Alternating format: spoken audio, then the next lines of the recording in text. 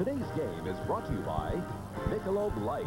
You can. And welcome to Texas Stadium and happy Thanksgiving, everyone. Whether it's part of the pumpkin pie or we're just the hors d'oeuvres for the later meal, it's pleased that you share your Thanksgiving menu with us. Well, Dick, we can't be at home with our families. It's nice to be able to share Thanksgiving with all these nice people. And it should be a great game, and we have a sellout of some 65,000. Some of those will be late arriving here at Texas Stadium on a beautiful football day. Crisp temperature in the high 50s. The Cowboys and the Patriots, they're both looking for at least a wild card spot. Neither can afford a loss today. And for Dallas, it'll be Danny White, the veteran at quarterback. Danny's heard his share of boos here in the stadium during the season, but right now he's the starter. Playing with an injured left shoulder could be a problem. And behind an injured offensive line. Injuries to Cooper and Posderick, the starting tackles. Herb Scott and Brian Balding, are two guards, have been pressed into service. Literally 5 guards across that front now. That's not good news for a quarterback. When that guard moves out to tackle, he has to be alert for that on-rushing defensive end. And the New England Patriots' Ken Sims, who was the #1 draft pick, is finally living up to that status. He could be troublesome today. Well, on that side, Sims and Tippett, both very tough. Sims finally living up to his preseason laurels as a top draft pick. You see him sacking the quarterback here. And Tippett, very dangerous. You'll find him dropping down to a 3-point stance, and he'll be right over Brian Baldinger. Again, not good news for a quarterback. It's been a disappointing 7-5 year for the Cowboys, but Tony Dorsett, never a disappointment. He's been solid throughout. We'll be watching him. And on the other side, the New England Patriots, young Tony Eason. If it weren't for the success of Dan Marino down in Miami, we'd all be talking about this young man. 19 touchdown passes, only 5 interceptions, and he has some speed burners to throw to. Well, he's got some good tools to work with. Among them, 4 wideouts that can run a 4.45 40 or better. Now, if you want to scare defensive backs, I don't know of a better way to do it, Dick. The man that can well appreciate that has joined us, former Miami great, our NBC colleague Bob Greasy. Tony Eason, though, with his youth, is facing a Dallas defense that likes to mix it up. They'll be very aggressive. You've got that magic chalk in your hand. What are you going to be showing us today? Well, I'm going to have the luxury of having to look around. I don't have to watch the quarterback all the time, and Eason is probably the hottest quarterback around. Dallas will go with 7 defensive backs at time, and the thing that's going to do to Eason, he's going to have to read the defensive coverage. They're going to blitz their 4 front men, but also the linebackers. There's 7 backs. They're going to be blitzing in there. Sometimes he's going to be able to pick them up, and sometimes he's not. If he reads it right and the receiver breaks off the pattern right over the middle and he gets him the ball in stride, he can make some big plays and score some big touchdowns for the Patriots. But it's going to be fun watching Tony Eason against that aggressive defense. Bob, we'll look forward to your analyses throughout the course of the game. Welcome aboard. Happy Thanksgiving. And now let's go down to the field. We're ready for the kickoff. Raymond Berry, Hall of Famer, wide receiver, one of the greats of all time, taking over for Ron Meyer as head coach of the New England Patriots. And across the way, Tom Landry. We mentioned it early. Much at stake here for Landry. He's put his reputation on the line a bit. You wouldn't think a coach with such great success and such a wonderful record would have to do that, but I guess in the NFL, you're no better than your last game, Dick. Cowboys in white will get the ball first. Tony Franklin, Texas native, to Gary Allen. Allen at the 2. At the 20. And out of bounds at the 23-yard line. And here come the Dallas Cowboys, and veteran Danny White will be calling the shots. Tony Dorsett looking for another 1,000-yard season. He's close. Timmy Newsome, big at 235. Tony Hill has had a disappointing year. Some feel that he's not been going 100%. His own teammates have made that comment. Doug Donnelly, White Lightning from Ohio State. He's healthy and back in the starting lineup. And Doug Cosby, the leading tight end receiver in the NFC. And those are all guards. Scott moving out to tackle. Titans are Rafferty really a guard. Peterson and Baldinger a guard is at tackle for the injured Bill Posderick. We'll see how New England attacks it.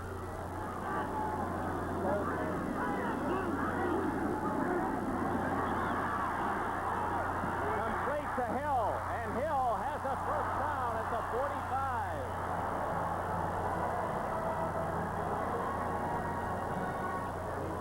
The defense of the New England Patriots, Steve Nelson in on that play, Ken Sims, Dennis Owens, and Toby Williams, the front 3. The linebackers, Andre Tippett, has 12 sacks. We'll be watching him. Steve Nelson, the veteran.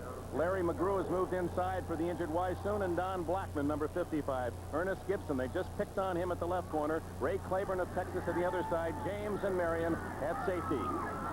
First down, Dallas, 44.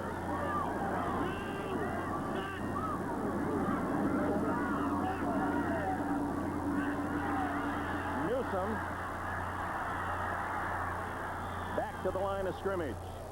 Good pursuit by Claiborne, the cornerback. Check that was Dorsett who makes the run, and no gain on the play. Good penetration by Steve Nelson to stop that play in the backfield. It did not make the tackle. And Dick, I think we learn more about ourselves in adversity than we ever do when things are going well. We're going to learn a great deal about Tom Landry's Cowboys today. The pressure is on, the heat is on, and this is not the kind of game that they have often played on Thanksgiving. This is an opponent that is playing good, solid football today. Oh, my, look at this, though, Merlin. An injury, one place where the Cowboys could ill afford it. They already have 5 guards in the offensive line, and now Kurt Peterson, one of their steadiest players, is injured, and John Hunt, just activated, a rookie from Florida, will replace him. Coming right off the injured reserve list, the only other offensive lineman listed is Dow Ottman, and he's the converted nose tackle, and they certainly don't want to use him. That is bad news. 2nd and 10.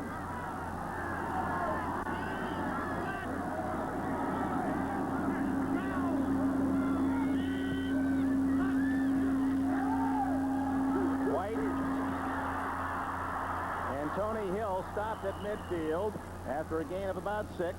McGrew and Nelson in on the tackle. It's 3rd and 4.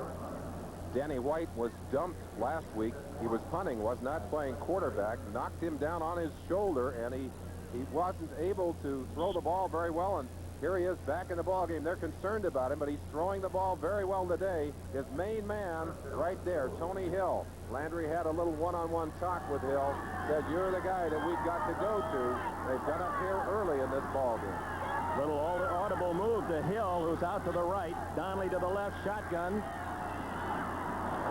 incomplete. Tony Dorsett had it for a moment, or is it James Jones? Jones just in for Dorsett, unable to come up with a catch, and New England will get the football. Just activated, Sean Warren from Tennessee. He's been with the Cowboys before as a punter. Danny White, when he was taken down as the #1 quarterback, then assumed the role as the kicker, and now with White back in there, it's Warren who will do the punting. I believe they got... It's White apparently in this situation. It is going to punt. They opted to let Danny punt it. If indeed that's what he's going to do. Oh, how did he get it away? Roland James was right in on White. And the ball will be down at the 21-yard line. It was tough for James to miss that one. Roland James from Tennessee after Danny White. Right here on your screen, Roland James, the man that's going to come blitzing inside. Excellent shot. Watch him as he goes all the way in. He just leans inside of the punter, Danny White. I don't know how he missed that ball, but you can see it perfectly from this angle right there. And it looked like he was afraid that he was going to bump White, so he actually pulled off on the play. Otherwise, he would have had it. In shying to his left, he cost himself the block. Now the Patriots' first play from scrimmage, and Craig James, who played his college ball on this field for SMU, is smothered after short yardage. Tony Eason, second-year man at quarterback. James, a rookie, signed out of the USFL. Derek Ramsey, the ex-Raiders. Stanley Morgan, Stephen Starring, speed on the outside, and Lynn Dawson, the tight end. They use the H-back and tight end. Holloway, Hanna, Morris, Wooten, and Haley, the offensive line. That battle between Hanna and Randy White, 2 7-time Pro Bowlers, should be a honey. Great protection. Stanley Morgan, is it a catch? No. Incomplete. Broken up by Ron Fellows. One of the changes Tom Landry made this year, Fellows at the corner. He's done an excellent job. Defensive line, 4-3 set up with Ed Jones, John Dutton, Randy White, Jim Jeffcoat, who leads in sacks. Mike Eggman, Eugene Lockhart has replaced Bob Ruenigbad back at that middle spot. Anthony Dickerson, the fine athlete. Everson Walls, Ron Fellows, Dexter Clinkscale, and Michael Downs, the deep 4. It's 3rd and 8.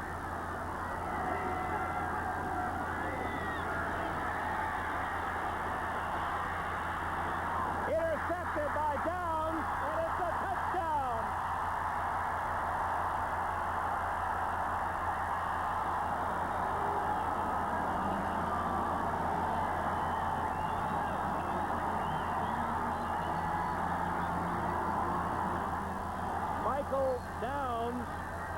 his 5th interception of the year. He made his move, and he was home free. Perhaps the one thing that Eason has done best during this season is to avoid bad plays. With plenty of time to throw the football, great protection, he makes a bad choice here. Goes to the outside. See how much time he had, and down, just read it perfectly, got in front of the receiver, and that's the kind of play that will get this crowd back in Dallas's corner. Raphael Septien hits the extra point. The defense has given the Cowboys the early lead. We can perhaps see this a little better from the other side of the field. As Eason goes back, he'll be throwing into the camera here. You see him waiting and swinging across, only to throw it into the arms of Michael Downs. Oh, happy Thanksgiving. Michael Downs at 7-0 Cowboys. 2 minutes. The Cowboys defense strikes. Michael Downs picking off the Eason pass. 27 yards for the score. Raphael Septien to kick. And Tony Collins, who now has volunteered as a kick returner. He was the #1 running back when Ron Meyer was the head coach of the Patriots. Scuffed to the left and short, and one of the up men brings it back. Bo Robinson is out to the 40-yard line, so good field position, make it the 39, as Robinson, one of the tight ends, can actually play fullback as well, brings it back. Eason, who has been burned seriously for the first time, as we told you, thrown only 5 interceptions coming into this game. 5 interceptions, 19 touchdowns, a wonderful ratio, and really had avoided a lot of the bad passes that youngsters end up throwing, but that one he'd like to have avoided. Both wide receivers to the right with Derek Ramsey, the tight end split away on the left side. And James caught in the backfield by Jim Jeffcoat.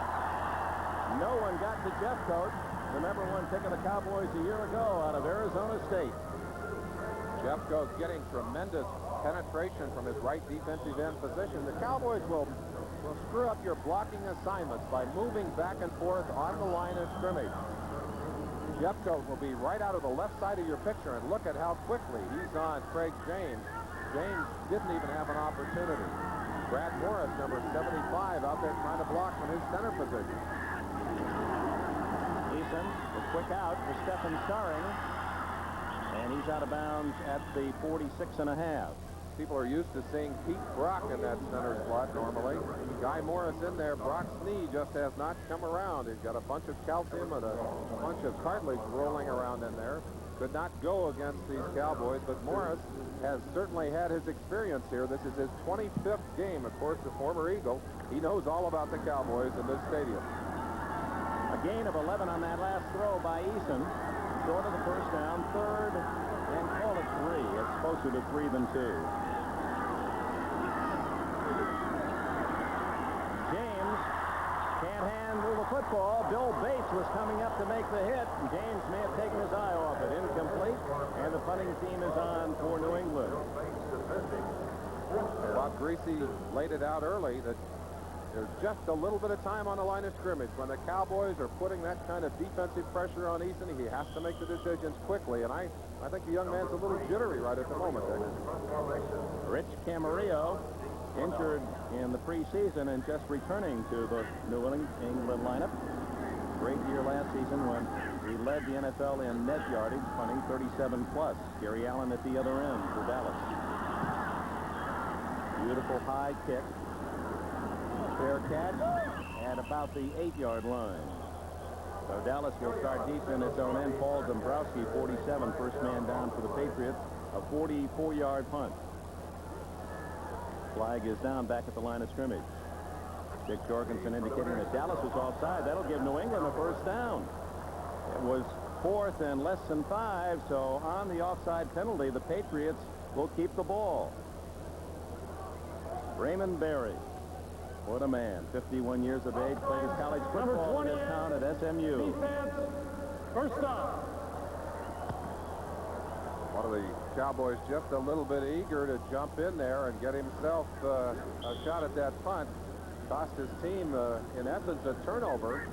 New England Patriots have to be extremely pleased about that. Let's see if Eason can settle down a little bit. Get his foot rolling. First down at the Dallas 49 on the penalty.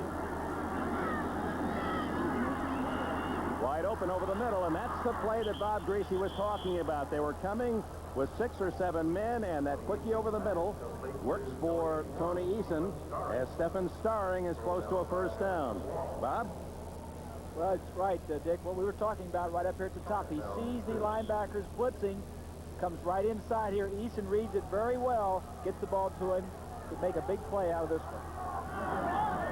With all of that extra rush, that opens up the center short, and Eason found his man. Clarence Weathers now is in as wide receiver for New England. Second and short. Craig James appears to have the first down at the Dallas 37. Randy White. Ooh, you can hear Hog Hanner and Randy White colliding, a couple of real mooses, and they played each other a few times, twice during regular seasons, a couple of times in the Pro Bowl. And I don't think I've ever seen Hog Hanner more up for a personal battle than he is with Randy White. Great respect on both sides of the line of scrimmage between these two great All-Pros. 54 Randy White and Hanna 73, the left guard of the Patriots. First down, New England. Eason, plenty of time, wide open, the tight end. And it's down to the 21-yard line. Derek Ramsey, 17 yards for Ramsey, who has caught his 51st pass of the year. Ramsey with 8 receptions last week, well over 100 yards. The H-back. And again, Eason with all kinds of time to throw the football. And that's one of the weaknesses of this Dallas defense. If you can catch them in that flex, it's hard for them to get a lot of people on that quarterback. It's on the long downs, the passing downs, that they bring the pressure on you. 10 minutes left, first quarter, 7-0 Dallas. Draw play to James. And he's inside the 15 to about the 13. A good pickup on first down, about 8 yards. Jesse Craig James, 215-pounder, played with the Washington Federals for a couple of years. And, of course, Ron Myers, former coach, was most happy to bring him to New England, and now Myers gone, and James is the starter for the new coach, Berry. Playing very well. In fact, some said had Myers not been there, he would have been starting sooner. Myers did not want to show favoritism to him. Second and short. James, he's got some blockers, and has the speed to get outside. Will be close to a first down at the 11 and a half. Lynn Dawson, the tight end from North Carolina State, threw a good block. Patriots working the ball down the field. James with excellent speed outside, but with good vision as well. And he talks about running under control. Said he likes to run at about 75% acceleration until he can see that opening and then kick up to full speed. On that play, of course, seeing it outside, it looked like he wanted to go back inside. It's very close to the first down. You know, they talked, Merlin, about all the recruiting trials and how you try to get a great athlete to come to school. SMU got Craig James because his girlfriend, who was a year older, had already gone to SMU. Everyone else wanted him, but he wanted to go where his girlfriend was. That's why he came here. Well, you saw the measurement, just about a half a foot short. A great opportunity to go for it here. Control. Third and inches. Outside the Dallas 11. James, I don't think he made it. Mike Hegman and Eugene Lockhart were there to greet him. I believe he actually lost yardage on the play, Dick, and it will be interesting to see whether the Patriots will take the 3 points or go after it. Some tremendous penetration on the right side of the defense. James coming over behind Robinson's block. Good penetration from inside by Lockhart, 56. Rohr, 50. They were all over James in the backfield, and he did. He lost about almost a yard on that play, and we're going to see Franklin in the ballgame. Franklin, who has come over from the Eagles and found a very happy home in Foxborough. He is 16 for 20 this year, and this one will be 30 yards.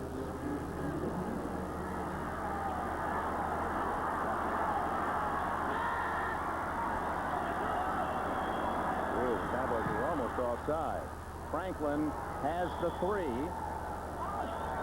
But for the Dallas Cowboys, a moral victory in stopping the Patriots shy of that end zone. Timeout, 9:08 remaining, first quarter. Dallas 7, New England for the second time. They scored, of course, in case you just joined us, on a pass interception by Michael Downs. Gary Allen at the 6. And the former Hawaii Rainbow fumbles it Out of bounds at the 28-yard line. Keith Lee made the tackle. Cowboys come on the field offensively with a 7-3 lead. On this Thanksgiving Day in Texas. 10-yard line appears he has a first down. 11 yards for Dorsett. The Heisman winner out of the University of Pittsburgh. He's gained 1,000 yards in high school and college and every full pro season. The only thing that stopped him from 1,000 was the NFL players' strike. Tom Landry said something else yesterday that I appreciated. He said Tony Dorsett has really become a full-blown leader on this team. And when you ask about Dorsett's productivity, which is down during this season compared to his own standards, he said it's not because of what Dorsett is doing. It's because of the tools that we have offensively. Danny White to throw. Wide open is Dorsett. 45, 50, 40, and out of bounds at the 38.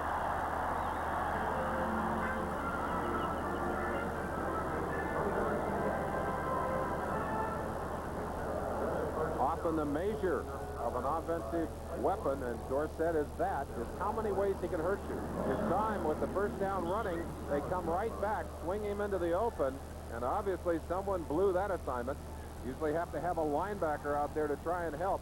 None in sight, and Dorsett gets his second consecutive first down, and they're marching quickly down the field. And with the injuries to the wide receivers this year, Tony Dorsett with 40 catches. He's been busy as a receiver. Dorsett again. Not much. He fights to the 35-yard line. Dorsett starting today with 930 yards. Just 70 shy from another 1,000-yard season. He's already number 6 all-time, the 6th man to ever rush for more than 9,000 yards in a career, and he's but 30 years of age.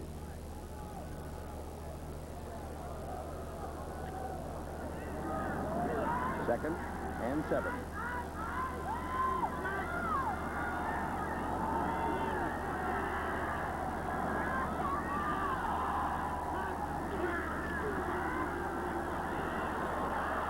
To White for a moment and finish him off at the 37-yard line. Fumble, and it's recovered by New England at the 35-yard line. Dennis Owens from North Carolina State, the nose man, after Kenneth Sims strips the ball away. It looked like Danny White was in the grass and headed toward the ground, but I think there was a Patriot body underneath him, and he did not touch down. The early pressure, White able to take a step forward, get away from a couple of linebackers there, but coming from the backside, they strip it away and then pick up the ball very quickly to put them back in control. Looked like Andre Tippett was the man who finally ripped it free. Rod Rust, assistant coach of the Patriots, he was involved in the whole controversy, the firing of Ron Meyer, who had let him go the day before. Well, and certainly the man responsible for great defense being played in New England. They are a fine defensive team. He is their defensive coordinator. Raymond Berry said the first thing he did was rehire Rod Rust. Stanley Morgan, 5-yard gain, a dangerous pass in the flat. Ron Fellows must have had thoughts of making a move for an intercept. The all-time pass catcher in Patriot history now, Stanley Morgan. And there's the note taker. That's what he'll do. Write himself little notes, the reminders that he can use at halftime, end of the game, and, of course, again tomorrow. First action as the Patriots head coach took me 15 seconds, rehiring Rod Rust.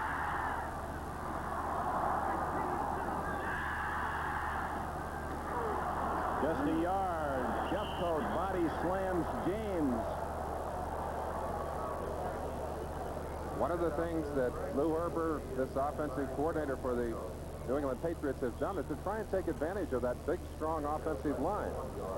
But their play calling offensively, at least in the running game, is more of the sledgehammer variety. They don't use a lot of plays. They try and count on execution. And when you're working against a big defensive line, that may not be enough.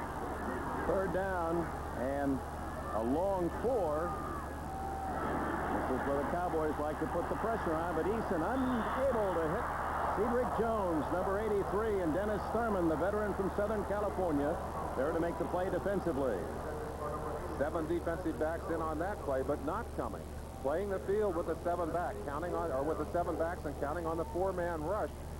It was Dennis Thurman as he came across, just getting a hand in there to tap that football and keep it away. And there's the defensive coordinator for the Dallas Cowboys, Ernie Stotner. Boy, does he has that bulldog look of an old defensive tackle. Stays in great shape. Does a good job for the Cowboys. Camarillo to punt. Allen back at the 17. Line drive. Well covered. Rod McSwain, he and his brother Chuck are both on special teams. Rod for the Patriots and Chuck for the Dallas Cowboys. A 47-yard punt and no return, thanks to the coverage of McSwain. Saturday, yes, sir, tee off with golf's greatest foursome. The Skins game returns to NBC Sports and big dollars involved. Cowboys have the ball and the lead, 7-3 with 6.5 minutes. There's Baldinger playing at right tackle. Normally a guard, and pressure on him because Tippett, he likes to rush the passer. And you can see he had thoughts right there. Newsom and Dorsett behind Danny White. It's Dorsett. And the play stacked up at the 15-yard line. Toby Williams, his brother Jimmy, played with the Lions today in a 31-28 victory at home against the Green Bay Packers. In on that stop. Toby wearing number 90. A quick start by these Dallas Cowboys has kept this big crowd, this capacity crowd in their corner. You said it early, Dick. Had they started badly today, I think this crowd could have gotten ugly. They are used to winning here in Dallas. Julius Adams, 36-year-old veteran, the oldest defensive lineman in the NFL, is in the ball game, number 85. Tom Landry looks at second down and 8. Right on a screen. Oh, my! It was almost intercepted, and it's had a loss for the Cowboys as Don Blackman, 55, made the tackle, and there were nothing but red shirts around that pass. The victim of a good call. They had the blitz on from the outside to get to the screen, and some stunning going on inside that led them right to that little middle screen. Now they're trying to let everyone through and get back into the center. Unfortunately, no chance to do that. Sims, number 77. We said he is playing excellent football. He sees the quarterback going back. His job is to try and make that throw as difficult as possible. He did it right. 3rd and 10, a loss of a couple on the play, and out of the shotgun, White. He's going long. Duriel Harris. The former Miami Dolphin and Cleveland Brown. Harris, his first chance, and after turning a couple of different directions, almost got himself under it. And Harris made an interesting comment this week. He said, you know, if I had as bad a character as everyone said I was, I'd have been with the L.A. Raiders a long time ago. He said, I'm not as bad as they're making me out to be. Well, you talk about character, the character of those two left cornerbacks, and we'll see Ernest Gibson in there, and also Ronnie Lippett will be tested today. They have been tested repeatedly over the past weeks and played pretty well last week. You can bet the Cowboys will be checking them out today. Danny White was under pressure on that first punt and very nearly blocked. Irving Fryer, number 1 pick out of Nebraska, back at the Patriots 45. Good kick. Fryer at the 39. 45, 50. And at the Dallas 47-yard line, the All-American from Nebraska. So trailing 7-3, the Patriots have the ball in Dallas territory. 48-yard punt, a 14-yard return. 47 remaining in the first quarter. Dallas leading 7-3. You know, that flex defense tackles to get in that 4-point stance. That doesn't look very comfortable. Would you like that? They made me play in a 4-point stance my first year, and I absolutely hated it. I felt like I was a frog down there, and I couldn't get out of that stance.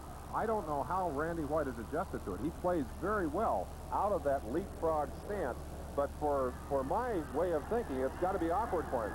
You see him here in a 3-point. That's not his normal flex stance. He usually has two hands down. Eason hit from behind by Too Tall Jones.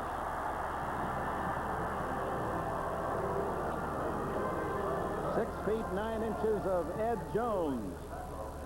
Tough to get it around him and tough to elude him at times. That's create a problem. You know, he does create a problem for Everson Walls, his own corner. He said, Walls will say, sometimes I look back in to check the quarterback, and the quarterback is completely blocked out by Ed Jones. I can't see him. I can't see what he's doing. He's knocked down 9 passes this year, so not only can he get the sack, but he's tough to throw around. This is Tony Collins with his first carry of the afternoon. Mike Hegman made the stop. Collins from East Carolina, who had lost his starting position to Craig James. Dick, we've talked about the dissension and the problems here. Well, early in the year, Collins centered in a controversy up in New England. In fact, he was benched by Coach Ron Meyer. A lot of public complaining and a lot of finger-pointing going on up there. Eventually, that led to a confrontation that got Myers fired. But Collins back in the lineup now. I'm sure he's glad, and all-pro to be back out on that field. We understand Craig James, who has a bad shoulder, has re-injured it. So Collins now the running back. 3rd and 6. Eason got running room. And good foot speed, a first down, just shy of the Dallas 30 for Eason, a Californian. He grew up in Walnut Grove, south of Sacramento, and attended the University of Illinois, where he certainly pleased the Illini fans and was the #1 draft pick of the Patriots a year ago. I wasn't ready for that speed. Most impressive. There's Steve Grogan on the sideline, and under Ron Meyer, Grogan was sitting on his helmet off in the corner. They've now got him talking to the booth upstairs on the headset. He said he is thrilled to be making a contribution. He kind of coordinates and does a lot of the legwork for Eason out on the field, with the receivers and the coaches upstairs. Going for it all to Stanley Morgan. And he was open. The pass just a little too far to the sidelines, and Morgan trying to stay in bounds and still pick it off one-handed. Great receivers. You see Tony Eason there saying, that's all right, we'll come back and get him. But great receivers know where that sideline is. You saw Morgan with a feel for that sideline, trying to get up and control that football while keeping his feet in a place where he could come back down in bounds. The one thing that Lou Erber, the offensive coordinator, mentioned to me yesterday is they're thrilled to have other wide receivers that can free up a Stanley Morgan from all the double coverage he's seen over the last few years. Clarence Weathers, one of those, is in now to the right for Morgan. Tony Collins. Oh, what a play by Michael Downs. Did he come firing up from the secondary, number 26, to make the tackle after a short gain. The Dallas defensive safeties have always been very big in playing the running game. You go back to Cliffy Harris and back to Charlie Waters. All of those safeties that the Cowboys have had here, Cornell Green, they've always been tough against the run. One of the things the Patriots would like to do today is to keep 3 and 4 wide receivers on the field as much as possible to keep those safeties out of the running game. 3 minutes and 10 seconds left in the first quarter. 7-3 Dallas.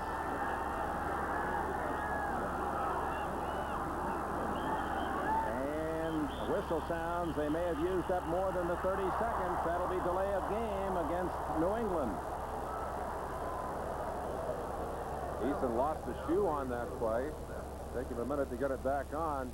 You wonder why they didn't stop. I don't think the players could hear that whistle down on the field. Offense, still 3rd down. Eason, of course, this a day for family, Thanksgiving Day, and he has a brother rooting for him in the NFL. There's the earlier score, the Lions beating Green Bay, coming from 14-0 down to win that one. That's Bo Eason, Tony's younger brother, a top draft pick, a defensive back with the Houston Oilers. In fact, he used to come a year or so ago and work out at New England. That's how the Weathers boys got together, and New England found Clarence Weathers, who was a total unknown, and now in the same lineup with Tony Eason as a wide receiver. Audible call by Eason. Now they switch the defense on him.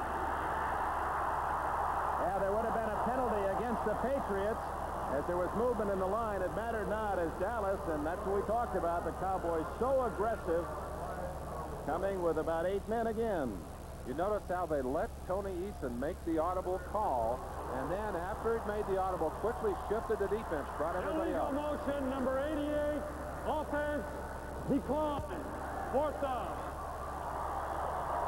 So the punting team will come on, a sack for the Cowboys, their second of this first quarter. A little bit of a sucker punch by the Cowboy defense, getting Easton to call an audible, thinking he had one defense, and then quickly shifting to another and bringing everyone right up the gut. Here you see the play. Look how they stacked the middle. That's what Bob Greasy talked about. You've got no one to block that second safety. Downs is right there. Tony Collins trying to come up. He just couldn't get there in time. Well, if you got Downs, then Bates would have been free. That's just the numbers got you there. Camarillo's third punt.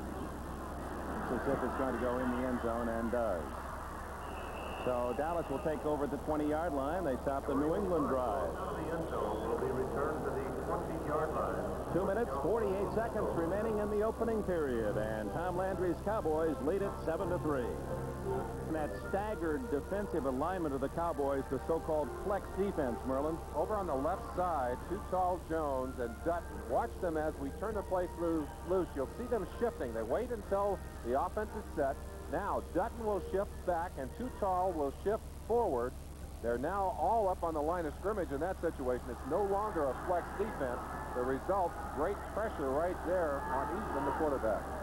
Danny White on first down from his 20. He gets 5 yards on the quick hitter to Tony Dorsett. Larry McGrew made the tackle. The defense of the Cowboys. Questions being asked by Anthony Dickerson, number 51. Very often when you come off the field, if there's something bothering you, very important to get together and ask the question. And there's Ernest Lockhart, or Eugene Lockhart. On the other side, let's get this offense together and get moving. Ray Berry tutoring his offense. 2nd and 5.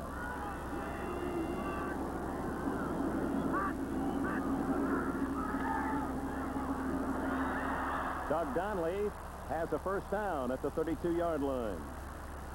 Ernest Gibson, a rookie from Furman, made the tackle. 7 yards for Donnelly. Donnelly started this season by asking Landry if he could wear gloves. Landry said yes, if you'll wear them all year long. Well, the gloves have disappeared. Donnelly disappeared for a while, too, with hamstring problems. They're happy to have his speed back in the lineup. He can put some pressure on the defense. First down at the Dallas 32 for Danny White. Dorsett. Oh, yeah. Wonderful move by Dorsett. It didn't get much yardage, but it shows you how dangerous he is. Always appearing to go one way and having that ability to cut, make that sharp move in another. Well, it's one thing to be able to see the holes develop. It's another to get to them. Look how sharp that cut is by Dorsett behind the block of Peterson. But an excellent defensive play right there. That's Kenny Sims on top. I believe it's nose tackle Owens coming from the inside. Just a sandwich job on Dorsett. He picked up almost 2 yards, a little over 2nd and 8. He's with the cream now of the all-time rushers in the NFL, Dorsett. White down the middle. Cosby was the closest white jersey. Fred Marion covering for New England. I've got to believe, Dick, that when you're out there with a sore shoulder and you know if you get knocked down on that shoulder, it might hurt you. Could be a real problem. Bob Greasy? Down the middle, the safeties will split, and the whole area will be open. It's just an overthrow by White. Play could have been made. That's the thing Landry was saying during the week, Merlin, that somebody's got to make some plays. Looked like Cosby didn't look back in time, Bob. Paul Kaufman of Green Bay caught a touchdown pass on a similar play in the earlier game, won by Detroit eventually 31-28. Here come the Patriots on the pressure, and wide open is Tony Hill. Out of bounds at the 16-yard line.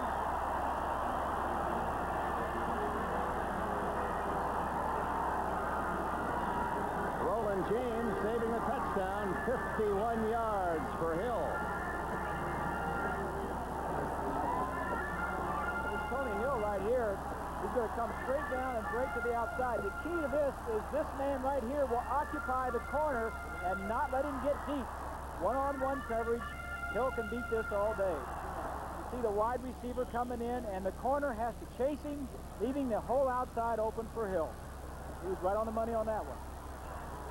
First down for the Cowboys, leading 7-3, just over a minute remaining in the first quarter.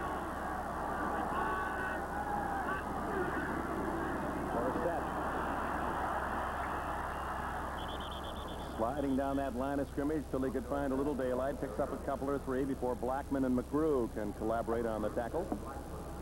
Don Blackman doing a great job out there of holding his position on the outside. Dorsett wanted to get him to bite inside so he could get out there. Blackman refused to do it. Gave his interior people, and in particular McGrew, a chance to get out, close up the hole to the inside. Now, thus far, that 5 offensive guard line of the Cowboys doing a good job protecting White. Peterson, by the way, back in that lineup. Apparently his injury not serious early on, and they are doing a good job. Yes. 2nd and 8. Dorsett. Hit hard, just shy of the 10-yard line. Dennis Owens, number 98. Larry McGrew, number 50. I talked to Brian Baldinger about his responsibilities, and it's an interesting young man. He said, I really got 2 different kinds of people to play with. He said, Sims is the power player. He said, I've got to be ready to go hard with him, take him short, tip it, the quickness. I've got to be able to bounce back and give myself some room with him. They'll change ends. The final second has ticked away in the first quarter. The Dallas Cowboys, on a pass interception touchdown by Michael Downs, have the lead. The Patriots, seeing the stadium in a magnificent structure it is, were quite awed by its presence yesterday, but they're going to put a hole in the donut. The donut hole top is going to be covered. They're going to give an umbrella. Well, we'll give you that information after we run down the statistics first quarter. Much as you would expect, the passing yardage, the real difference here by the Cowboys, and much of it on that long reception down the sideline to Hill. Of course, the score much in favor of the Cowboys, too.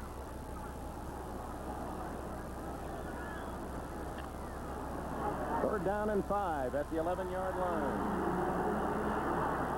Cowboys trying to add to their 7-3 lead.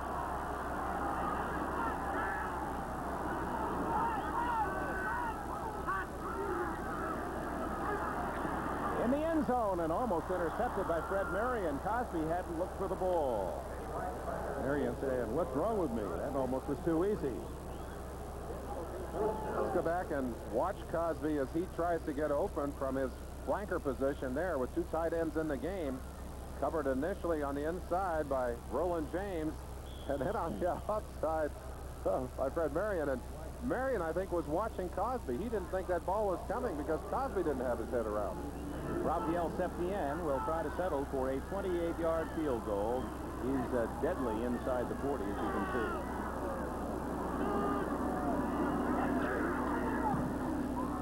And the Cowboys have a 7-point lead.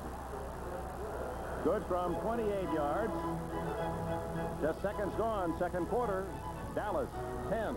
New England more than the fans, because it still will be open. There won't be any air conditioning. It won't be completely enclosed. There'll be several openings where the natural climate will offer its presence. But if it does rain, it won't rain on the field. Septien to the short man, Greg Hawthorne, the ex-Steeler, who played his college ball here at Baylor, and he's out to the 25-yard line. Bill Bates made the tackle for Dallas. 14-yard return, and Tony Eason, trailing 10-3, brings his offense on. People might be saying, what difference does it make to cover the field? Well, as a player, when I came here and I saw that when it rained and I was out on the field, I got wet and none of the fans got wet, that made me mad. It really irritated me. I said, hey, if we're going to be covered, let's cover the players as well as the fans. Yeah, but you didn't pay to get in. You're right about that.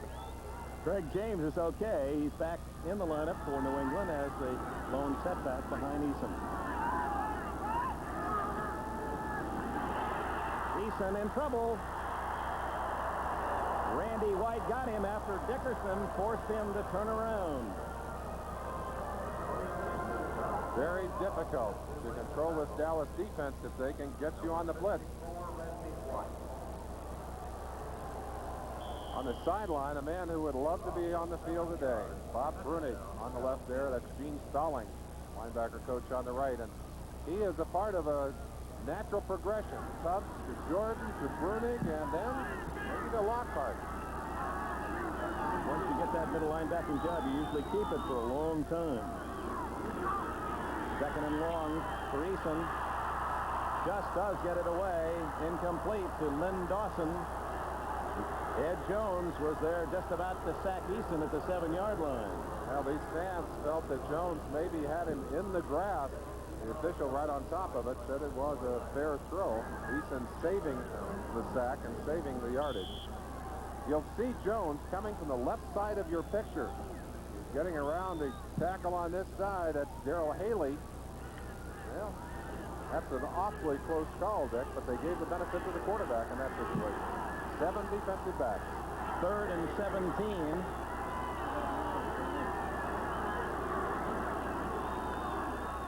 Four-man rush. Lynn Dawson, the tight end, and Bill Bates, the little guy from Tennessee. What an open field tackler he is. Free agent pick a year ago, and the fans love him. He represents that free agent spirit that has been so very much alive in Cowboy history. He is a hitter, too. That play that looked like it was going to be up for big yardage, only gained 12 and not enough for the first down. And we'll see Camarillo. Camarillo said earlier that he's healed from that knee injury, even though he's wearing a brace on his left leg. But he said the one place that bothers him is in his control. Has plenty of power, but has lost some control of the football. Gary Allen back at the 29 in Dallas territory. Camarillo toward the near sidelines and out of bounds at about the 25-yard line. Paul Dombrowski, who loves to get down there first, was the man ready to make the hit. And a timeout after the 45-yard kick with 13:21 left in the first half. Dallas with the ball and the lead. Thanksgiving Day has been a good one for the Cowboys, 12-3-1, and even better the game after Thanksgiving when they're 15-1. So this holiday period has always been a rich time for the Cowboys, who lead 10-3 early second quarter this afternoon against the Patriots. Patriots have never beaten Dallas. 4-0, the Cowboy record against New England. Timmy Newsom gets a rare call. Let's go back to the Dallas defense and how they're trying to confuse Tony Eason. A very unusual play called here. Actually, both of these offensive linemen are pulling to the left. The offensive guard on the other side pulling deeper and coming back. They're hoping that Randy White would be moving with the play. However, Randy is on a stunt to the outside and ignored the pull altogether. That allowed him to go right in and get a hold of Eason and make the sack. Sometimes you just make the right call in a situation like that. Second down and 7 for Danny White. Down to 5 seconds on the 30-second clock. And it finally winds up with Dorsett. It breaks a tackle, gets to the 29-yard line. Larry McGrew, former Southern California Trojan, making the tackle. McGrew, they're rooting for USC against Ohio State, a rematch of what has been a Rose Bowl rivalry come January 1st. We pause briefly for station identification. This is the NBC television network.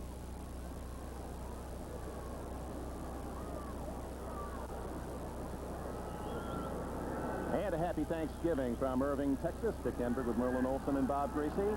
Third down and 6 for the Cowboys. What's this little up and down move by the Cowboys, Dick? Just as they set them, they've come bouncing back up and drop down. We'll talk about that in a second. Donnelly in motion. Oh, they just did get the play off before the 30 seconds. And White does get it to Newsom, but I believe he's going to be short of the first down. Ronnie Lippett, former Miami of Florida cornerback, made the hit just shy of the first down. White throwing that football into a lot of red shirts as well as Donnelly under great pressure here. Look how many red shirts pop up on the scene right here. 3 of them right there that had a chance to get a hand on that football. They do a good job. Lippett, the man that got there first, held him down. Danny gets to stay in the ball game doing his punting chores. Irving Fryer, the Patriots are waiting for him to really turn one back. They say it's only a matter of time. He's going to have a spectacular touchdown with a kick. Very high toward the sidelines, and Fryer fair catches at the 22-yard line. Timeout. Less than 11 minutes remaining in this first half. Irving, Texas, the scene, and the Cowboys lead 10-3. Great players. John Hanna from Alabama, 4 times voted the Offensive Lineman of the Year by the National Football League Players Association, 7-time Pro Bowler, and he's facing his match today in Randy White, the All-Pro defensive tackle of the Cowboys. 10-3 Dallas. The quickie. And Cedric Jones has short yardage at the 30-yard line. Everson Walls on the coverage, 7 yards. John Hanna is wearing a special neck brace out there today. If you tuned in a couple of weeks ago to see Hanna, it looked like he had an apartment house around his neck. So they put a smaller brace on him now. And what it does, it lifts up the pads in the back to keep his neck from being pushed back. Now, the one thing that does is forces him to kind of lower his butt in the stance so he can see the defensive players. He's got almost a 1920 stance out there. James to the 33-yard line. Dickerson making the play. You saw something inside there. Well, I was just watching Hannah on White. Hannah doing a good job of pushing Randy White. That is just brute strength on brute strength with those two out there. A couple of bull rhinos in mating they season. Are. Yeah, they really are. Good old-time football. They rock 'em, sock 'em, both of those guys. Hannah, as he watches the measurement, it will be a New England first down. And as you look at Hannah again, one of his thighs is 34 inches. One. And here is that last play that we talked about. You see Hannah getting right into White. Look how he turns White, won't give him a chance to get back, and ended up dumping him on the ground. Now, you don't see Randy White on the ground many times. First down, New England at the Patriot 33-yard line. Exactly 10 minutes left in the first half.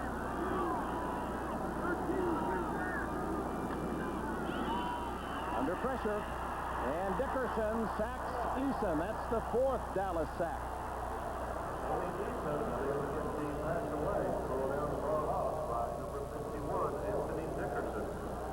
That's Kurt Peterson. We saw him earlier. He left the field, then came back into play. He has a twisted left ankle, and he will supposedly be coming back on the field. They're going to check him in the locker room, but we mentioned how damaged that offensive line is already, and although Peterson has gone back into the game, he's in the locker room now and won't be able to do that if they get the ball back here shortly. Second and long for Eason. Good protection.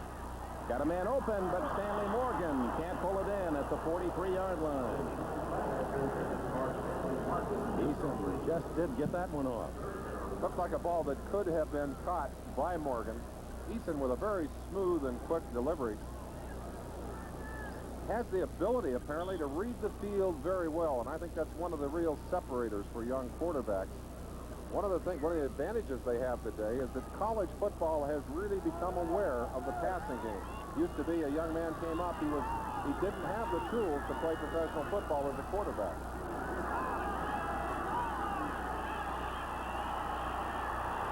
And they've got Eason again, the Dallas defense. Bill Bates.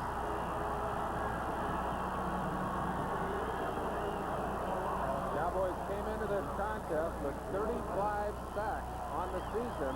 They already have 5 here in the first half. Chance to watch them in action. Randy White, number 54, going to this side. Eason stepping up, and Bates, who had delayed in the secondary, just came up and closed the gap on him. No one open downfield, and very often when you see a late sack like that, you give the credit to the defensive secondary. Eason had a lot of running room. Had Bates not brought him to the carpet. Camarillo to punt to Allen, back at the 34.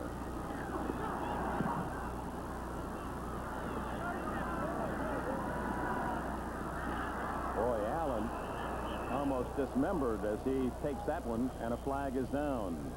Tim Golden, 59, and Rod McSwain, 23, pinching Allen down. We had a New England Patriot leave the line too quickly, and I wouldn't be surprised if Dallas won't opt to have him kick again, because that was a very good punt. The choice of having it at the 32 or giving Camarillo another shot, and that'll be the case. Ineligible downfield on the punt, number 59. Offense, still 4th down. And 59, Golden was the man in on the tackle. Maybe that's appropriate. Maybe that's how he got down there so fast, Dick. In case you joined us late, Michael Downs, with just 2 minutes gone in the game, intercepted an Eason pass and went 27 yards for a touchdown, the only touchdown of the game. Tony Franklin and Rafael Septien have traded short field goals since, and it's 10-3. Stotner has to be pretty pleased with his defensive line and his defense, limiting the Patriots to just 3 points here so far in this first half.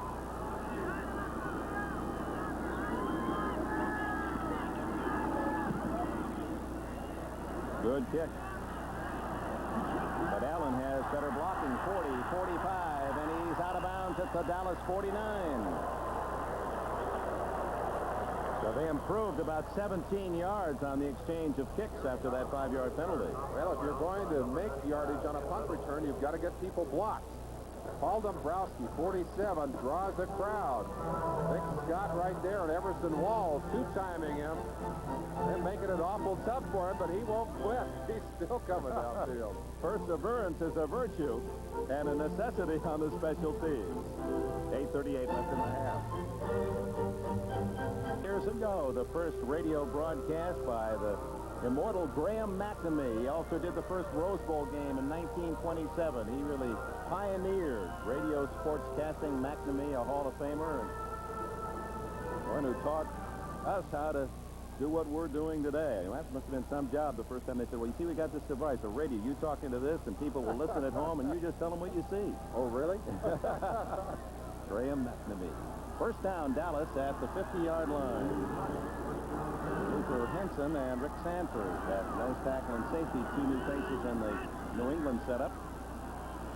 White going for it all. Intercepted by Ray Claiborne. 10, 15, and the former Texas All-American goats it back to the 30-yard line. Claiborne's third interception of the year. It was intended for Tony Hill. Right. Just without enough strength to get it over Claiborne's head. Claiborne, an excellent athlete, went through a slump a little earlier in the season. Now back to playing full bore, and they put him on the #1 receiver. He's on Tony Hill here, and it's his ball all the way. Good defensive backs feel that that ball belonged to them. Exactly what Claiborne did on that play. Went up and took it away. Got a good return in the process. So Claiborne, I don't often throw in his direction because he is such a superb defender. Trailing 10-3, New England gives it to James, and he has 6 yards to the 36 before Hegman can trip him up. Every time you look at Claiborne out there, it causes you to think about the possibility of having Mike Haynes in that same secondary. Of course, New England lost him because of a contract dispute. Ron Wooten from North Carolina, the right guard down. Number 51, Brian Ingram, is the Patriots being checked at this Big Thanksgiving sports weekend on NBC, and we want to remind you of the fair ahead to at Mile High Stadium. You'll be able to watch that and other outstanding NFL action this weekend.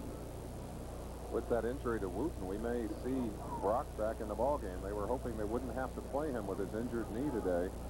Guy Morris, who would ordinarily slide to one of those guard slots, has, of course, been playing at center. We'll have to see what they opt to do here as Wooten is still on the ground. I believe they're going to bring Brock in. If Wooten can continue, he'll probably only go in for a couple of plays. He's a tough character, I'll say. I think Wooten's okay. Well, looks like they're going to bring Fairchild from the sideline. 66, Fairchild. And you saw Brock saying, hey, I can do it, but they've opted to take the rookie instead. He'll go in and start at that guard slot. You saw Raymond Berry in just a moment, the comment that he made yesterday. I said, of all the coaches you played for and as an assistant, which one had the greatest influence? Finish that after this play. 2nd and 4 for New England. And it's James again, right up the middle, and he's just shy of the first down at the 39 as Jones made the tackle. And Ray Berry, now in his first head coaching position after assistant work at the University of Arkansas. He was an assistant here at Dallas, New England, Detroit, Cleveland. He said, my father, who was a high school coach in nearby Paris, Texas. In fact, his 80-year-old father, also Mark Raymond, is here today. He said he had the greatest influence, and he taught me 3 things. He said, you can always win, and you have the potential to beat anyone. You must have the best and the worst players live to their potential. And third, you have to have balance. You have to be able to run, and you have to be able to pass. And New England can't run it on short yardage. That's twice that Dallas has stopped the Patriots short yardage. Well, the first half has belonged to the defenses on both sides. The only touchdown of this first half, a defensive touchdown. And you see Ernie Stotner saying to his troops, that's exactly what we had in mind. We'll exhort them when they come off the field. That brings this crowd back to life again.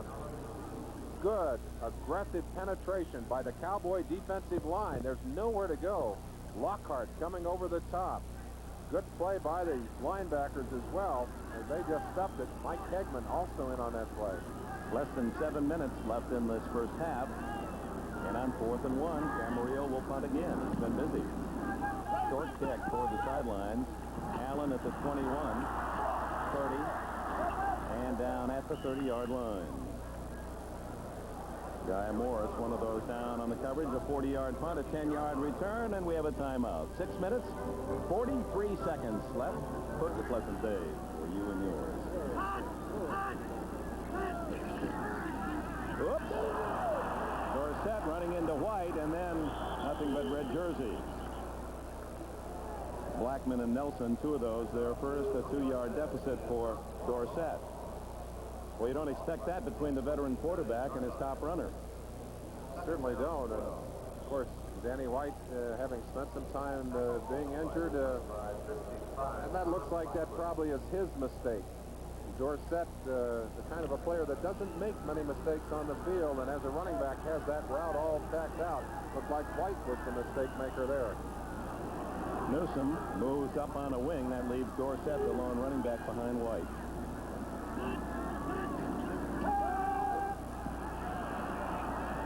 Intercepted and dropped. Almost picked off.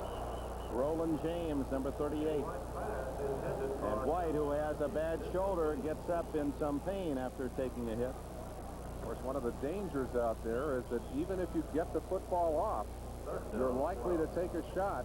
We mentioned it's White's left shoulder, and he was hurt being knocked down after a punt last week. They're pulling on that shoulder there, and he ends up going right down on that left shoulder. Now, that's the kind of an injury that won't take many hits like that. He escapes the possible interception, however. 3rd down and a dozen at the Dallas 29.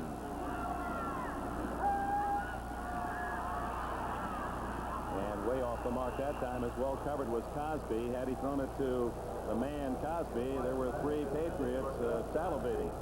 Here, we've heard many cheers here so far for the Cowboys, and after that last pass, a little bit of a semblance of boos here from these Dallas fans. We mentioned the raw feelings this week after Landry and his troops were embarrassed by that loss against winless Buffalo.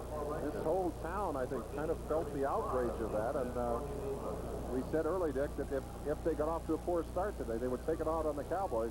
That has not happened, but you felt it here just then. White. Pryor comes up to get it on the run, and he's out of bounds at the 34.5-yard line.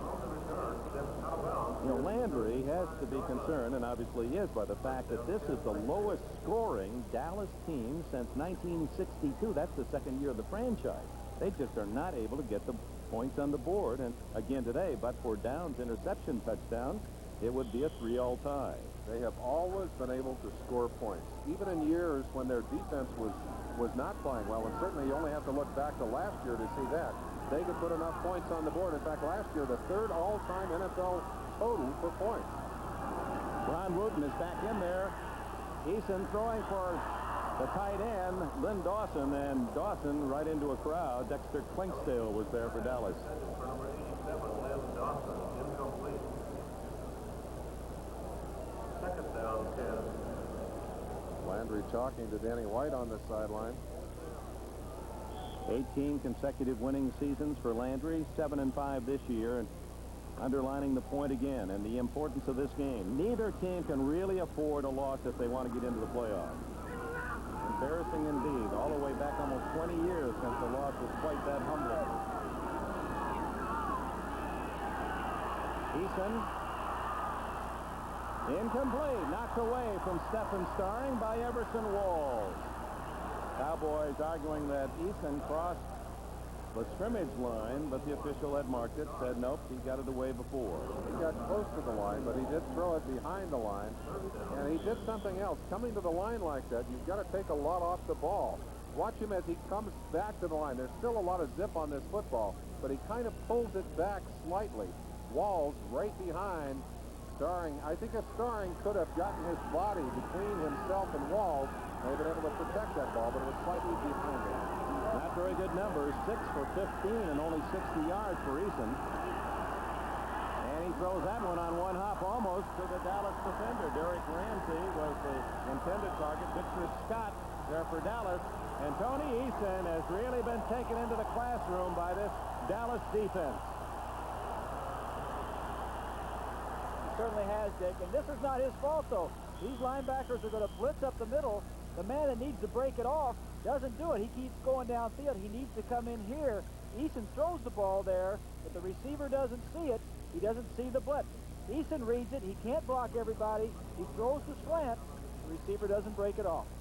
Receivers have to see that blitz, have to change the angles and get open quicker. Now Camarillo in punt formation again with 5:27 left in the half, and he really hits this one. Allen back to his 12, 20, and to the 27, maybe the 28-yard line before Tim Golden could make the tackle for New England. 53-yard punt for Camarillo and about a 10-yard return. Talked about Sunday here on NBC, and here are the games. Kansas City will be playing the New York Giants, and of course Dallas fans will be rooting for those next two games, probably for AFC teams. Buffalo at Washington, the Giants in Washington in that dogfight with Dallas for the NFC East. Houston will be at Cleveland, and San Diego, after that overtime win against Miami, will play Pittsburgh. And the late game will feature Seattle at Denver. Leading 10-3. Plenty of time in this first half for White. Dumps it out to Newsom. Blackman forces the fumble, but it goes out of bounds. Or does it? Was it out of bounds? Yes.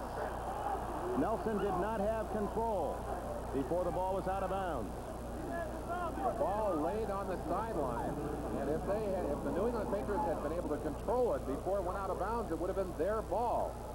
White can't get it downfield. Takes the outlet receiver on the outside. Now watch the hit. Good hit by Blackman right there, and he just stripped the ball loose. A chance for Nelson. Could he get that ball and stay in bounds? His momentum just carried Nelson to hand the ball out before he could contain it. A gain of a little over 2 yards on the play. Second down.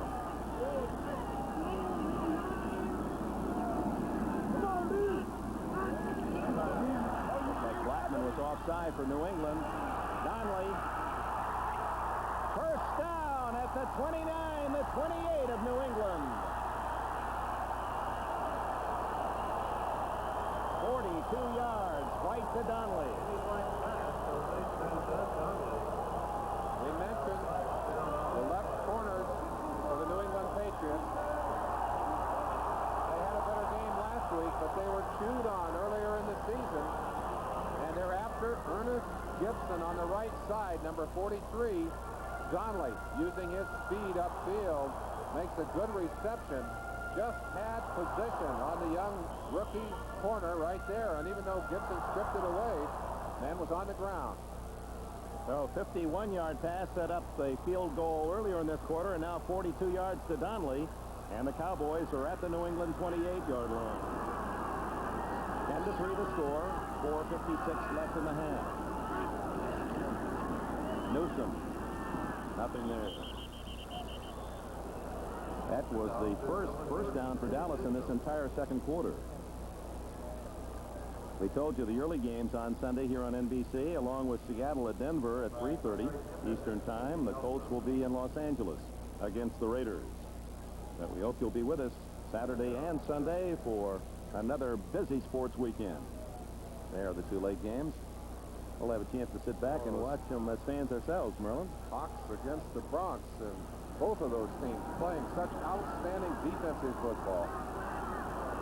2nd and 10. Time running out, second quarter. And White nailed by Andre Tippett, his 13th sack of the year for Tippett, and he stole the ball as well, but White was down.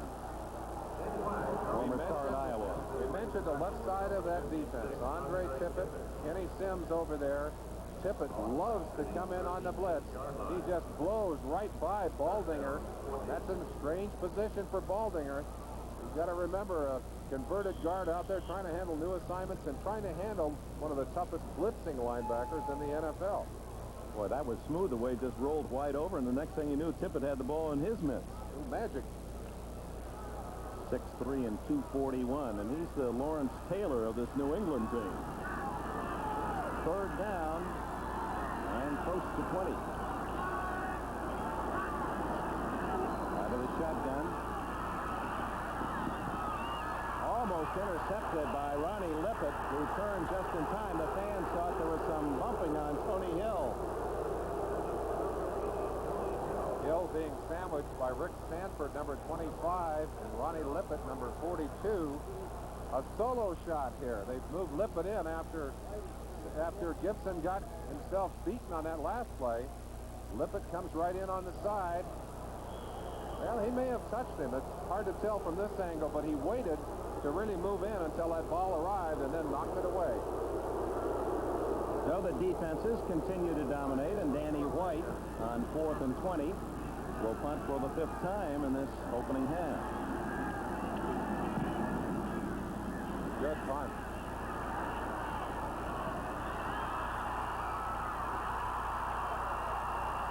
Does it go in the end zone? Finally, New England brings it out to the 6-yard line. The Cowboys, what a great job of batting it back out. We'll see whether or not the ball finally rolls. I think the man who batted it out, Dick, had gone out of bounds. And I don't think he's allowed to come back in and make the play. That's right. It's McSwain, Chuck McSwain, who still is in the end zone. Watch the play at the end, and McSwain had gone really out of bounds. He comes back in. He does a good job of leaping back and knocking that ball back into the field of play. But it's on, well, it hit the goal line anyway, so it would have been on the 20-yard line once the ball touched the goal line. What are they doing now, Dick? Looks like they're going all the way back, maybe to kick it again.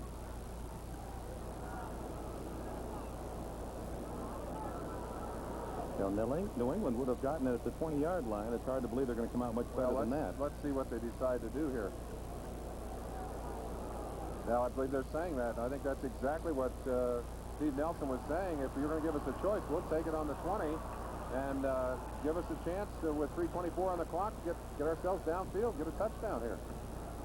McSwain is okay. This telecast presented by authority of the National Football League is intended for the private use of our audience. Any rebroadcast or other use of this telecast without the express written consent of the Dallas Cowboys and National Football League is prohibited.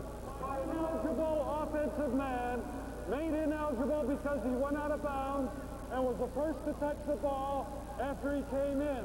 35, offense. 5-yard penalty, 4th down.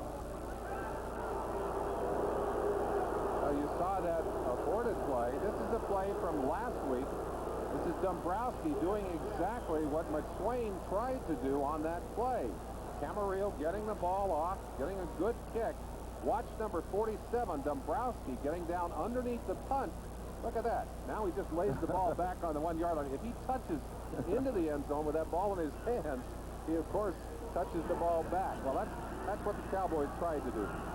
Well, they take the penalty, and White to kick again. Oh, and a bad kick off the side of his foot. But as it turns out, New England will get it at the 16. That surprised me all along. I don't think they had a choice on the penalty. I think they had to take 17 left in the half. The Patriots have a chance to tie. 10-3 Dallas. Moshe Tutupu. And the power play built Samoan plows his way to the 24-yard line. Dutton made the tackle. One of the things that has to strike fear in your heart if you're a linebacker or in the defensive secondary, the sight of John Hanna pulling from his guard position, rumbling downfield. Number 73 coming. They've got the offside tackle, Holloway, pulling on that one, too. Interesting block by Hanna. Hanna could see that he wasn't going to be able to get Ed Jones out, just kind of rolled by him and blocked his vision. Clock running 2:40, remaining in the half. 2nd and 2. And Stephen Starring unable to get out of bounds, but it is a first down at the 35. We have featured that line battle between Randy White and Big John Hanna. They're still going at it down there. That's a classic. If you want to watch there, watch White try to use his hands to get past Hanna.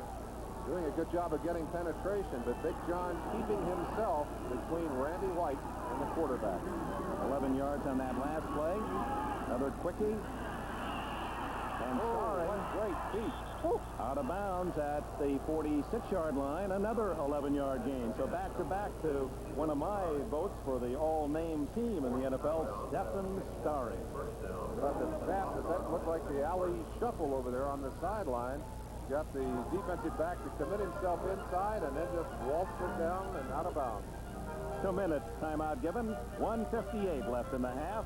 New England on a march to try to tie up a fit 8-4. And it's the Los Angeles Raiders, the defending champions, they're in battle with for a playoff spot. First down, 1:58 left. Eason, good protection. Oh, good coverage by Michael Downs. There wasn't a chance for Irving Pryor. Greg Hawthorne actually became a defensive back on that play as Downs had position all the way. Dick, one of the things the Cowboys have done extremely well so far in this game is to play the Patriot running game. It's a hammering running game, and they've done well with it coming in. The Cowboys, 27th in the league against the rush, a 4.5 average per rush coming in. It's only been 3.5 today. That's been an important factor. Only 53 yards rushing for New England's offense. Here comes Tupu trying to improve on that number, and he's in Dallas territory at the 47-yard line. But that's not close to a first down. Ed Jones finally wrapped him up. Clock is running. 1:41. 1:40 left in the half. 3rd and 5. A short 5. Eason going for it all, but he misses everyone by 10 yards. Cedric Jones, the receiver. So it has not been a good half for young Tony Eason. Good point. They just got home late on Sunday night from Indianapolis. You got Monday, Tuesday, and then they traveled here to Dallas yesterday, Wednesday. So just a couple of days to think about all the things the Cowboys do defensively. Camarillo's punt toward Gary Allen. Fair catch at the 8-yard line. Now the Cowboys have 1:19 left to try to get something on the board to add to that 10-3 lead they already own. A chance to reflect on other days of football on Thanksgiving. How about the Cowboys' 24-23 win 10 years ago? Remember the man who came off the bench for the dazed Roger Staubach? The Rattler, Clint Longley, threw that touchdown pass with 35 seconds left to give the Cowboys a 24-23 win over Washington. He may be better remembered here in Dallas for that fist fight he had with Staubach a little later on. And Roger stayed, and Mr. Longley exited. Danny White, deep in his own end, 1:19 left. Newsom. To the 21. First down, and he stops the clock with 1:13 left. Rick Sanford made the defensive play. Patriots expecting a passing play, not ready for the quick run, and it gets good yardage. Dorsett the blocker here. Look at him coming outside. Raymond Claiborne trying to spin back into the play, trying to use his body to tackle Newsom. Did not get it. Newsom so far kind of validating Landry's switch of players. He has played well so far this half.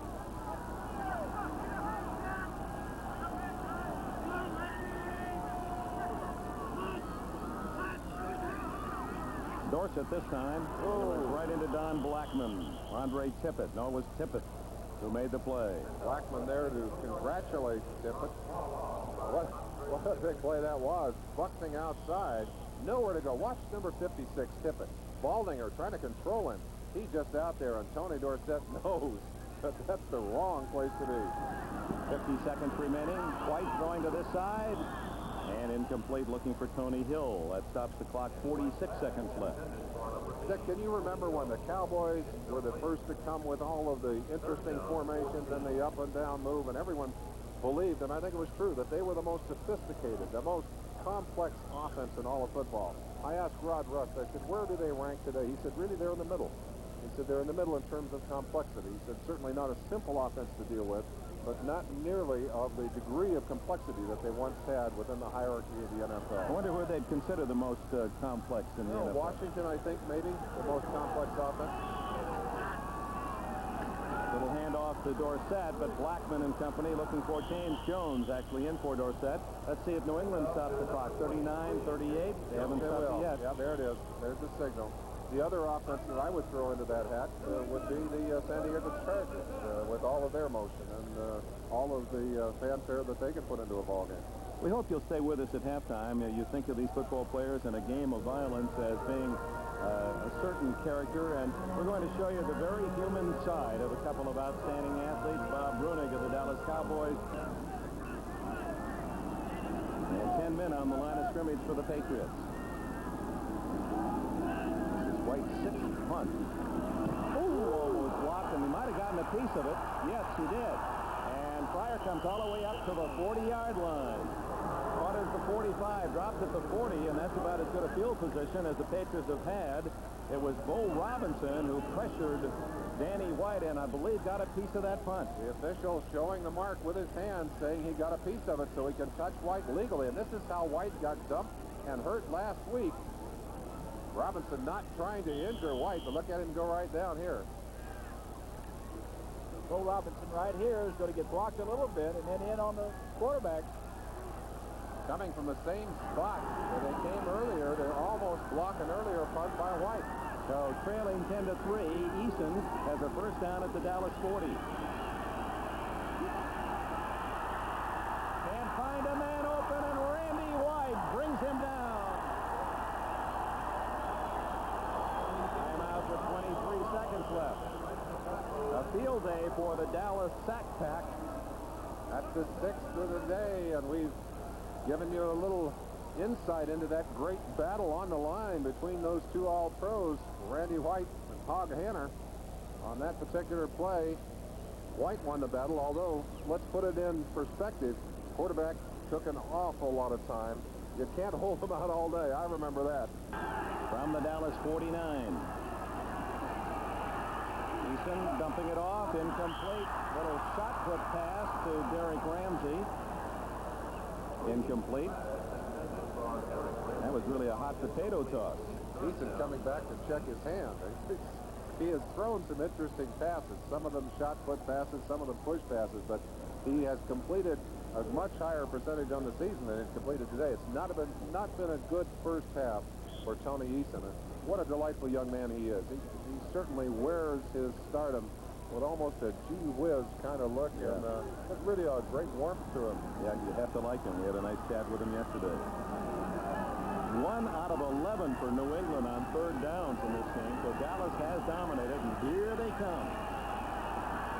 Over the middle, Derek Ramsey lurching forward for a first down, and timeout called. No, may not be. 8 seconds showing on the clock. It's the first of the flag sticks. He's still going to be 10 yards short, Dick. Oh, that's right. That's right. He was sacked for it, -10. Let's see. At the 39, whether Tony Franklin, who has a great leg, will try an extremely long field goal. Tony's longest field goal, a 59-yarder, kicked right here on this field when he was a Philadelphia Eagle. Well, the 39 would make this one about a 56, 57-yard shot.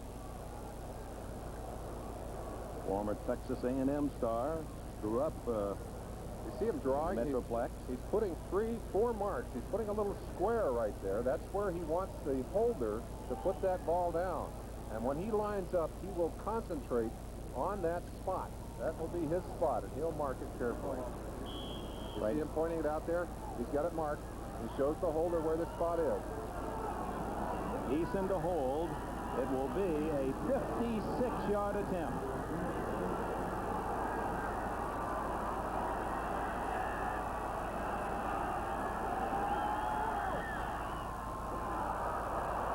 It's short.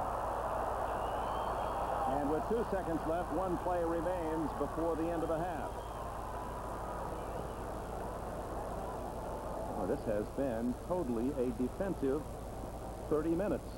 And Michael Downs' 27-yard interception with a touchdown for Dallas started it with 2 minutes gone, and since then, while the Cowboys have had a couple of long passes completed, they got the 1 field goal on Franklin's 29-yard shot after a fumble recovery. I'd have to think, if I could climb inside Eason's head for a second, that misplay, that interception, may have caused him to become a little reluctant to throw the ball at times in the early going here. And that will be the end of the first half here in Dallas. The Cowboys and the Patriots in a hunt for a playoff spot. And Tom Landry has a 10-3 lead over his former assistant coach Raymond Berry. Here in Texas, 10-3 Cowboys. NFL 84 continues after these words from you. Again, with the Cowboys leading 10-3. We'll kick it off to New England. This New England team scoring 88 points in its last 2 games against Buffalo and Indianapolis, but held to just a field goal this afternoon. Tony Collins at the 5. Collins outside and wrestled out of bounds at the 27-yard line. The first half statistics. Neither team really able to move the ball very effectively. 186 total yards for the Cowboys, only 105 for New England. 46 yards passing. The domination by the defenses in the first half. And of course, the Dallas defense has hit Eason hard with 6 sacks. Perhaps the biggest negative play for him, that touchdown pass that he threw into the hands of Downs. Only 2 field goals by the offenses, 1 for each side in the first half. Eason hands it off to James. And James to the 33-yard line. Didn't it show possession time? New England 16-20. Wasn't that the year the folks landed on Plymouth Rock? Somehow there's got to be a story there someplace. And Dick, one other very telling stat, that of third down conversions. And these two defenses have really shut down the offenses on that side. We'll show you that stat in just a second. That one will knock your eyes out. 2nd down and 4. Also want to get Bob Greasy's comments as to what Eason and the Patriots have to do differently to show some offense. There's one of the ways as he goes to Stephen Starring, and a first down at the 41. How about it, Bob Greasy? What do you see happening in the second half? Well, Dick, I think the first half, Tony Eason was very frustrated and unsettled. The first pass he threw, he hasn't thrown many interceptions this year. And I think he was frustrated. They've scored, like you said, 88 points the last 2 weeks, and it's a little bit more difficult coming down here playing the Cowboys and their aggressive defense. And I think he just needs to settle back down and relax, and I think he's going to throw some short passes and get back in the ballgame. Well, he used the short pass to Starring. Get a first down at the New England 42.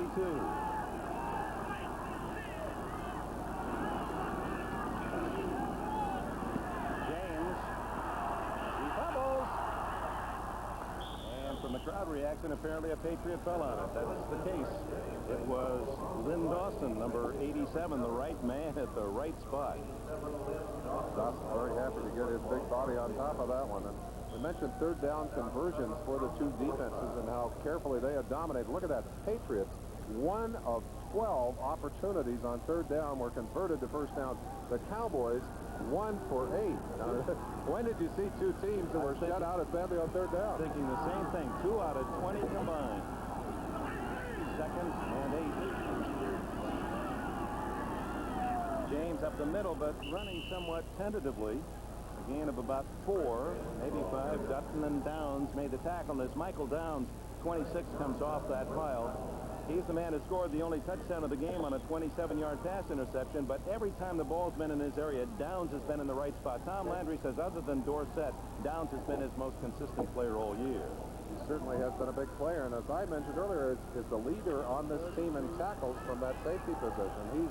He really mixes it up well. A very stout player. Free agent out of Rice. 3rd and 3. Ramsey in motion. And incomplete to James. And right in the middle of it was Ed Jones with those big arms of his. Jones, as we said, has knocked down 9 passes this year. I don't know if he got a piece of that one, but he certainly spoiled the play. And let's make it 1 for 13 on third down conversions now. And the punt, Rich Camarillo. He kicked 7 times in the first half and averaged 44 yards a punt.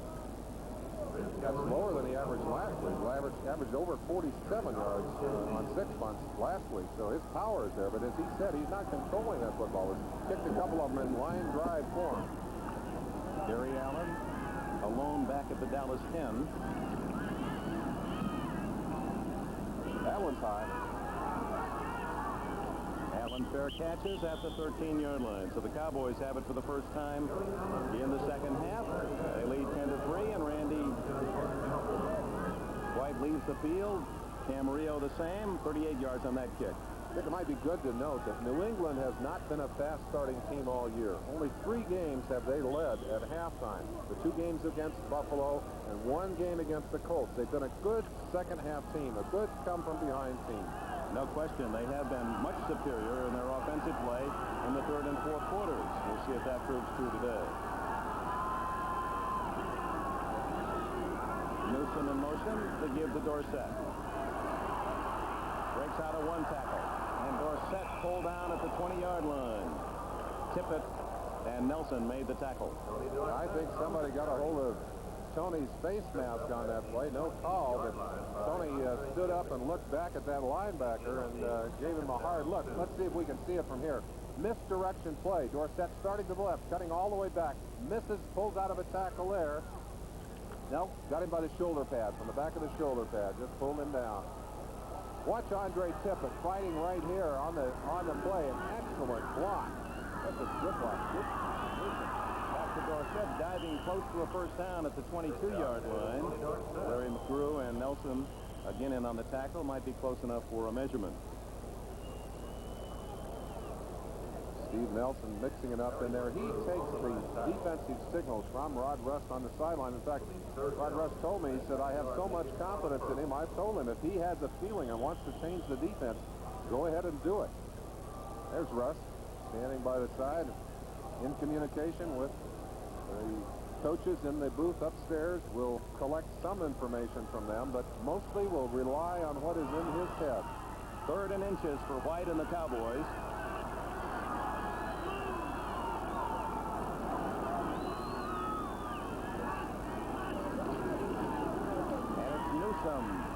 Over the pile, and it appears he picked up enough yardage. Didn't need much.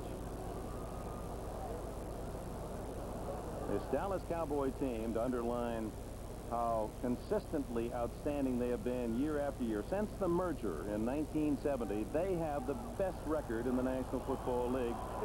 Barely. Miami's Dolphins are just a game back, and then in 3rd place the Raiders since the 70 merger. And have been outstanding against the AFC, 34-13. First down, Dallas. White. Wide open is Tony Hill, and another first down at the 39.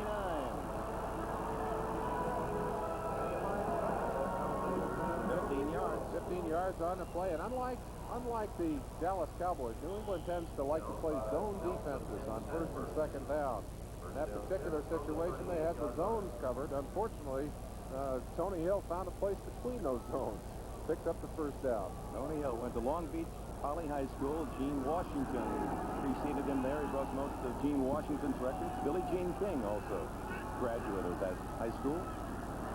Dorsett, and no room outside. Don Blackman from Tulsa closed the door. The strength of this New England defense can be found very quickly if you look at the tackling statistics and you watch them play. The 4 leading tacklers, the 4 starting linebackers. They've been outstanding here today. You've seen Tippett on a couple of good, aggressive plays to the outside, and you certainly saw an excellent play by Blackman on the other side there. 9:25 left, 3rd quarter. 10-3 Dallas. A loss of 5 on that last play, and White to the air. And misses Doug Donnelly. He had a step on Ernest Gibson, but the pass a little wide. Still trying to chew on that left cornerback, New England Patriots. Gibson has been in there today. Lippett's been in there. They both had some problems. Let's go back and talk again about the offensive line of the Cowboys. They have 5 guards playing the 5 positions, and then Kurt Peterson, a starter, was hurt in the first half, and John Hunt just activated a rookie. Another guard is in that front 5 protecting White. Your coach, Jim Meyer, you got to wonder what's happening to your offensive line and who is trying to chip at you. Out of the shotgun, 3rd and 15.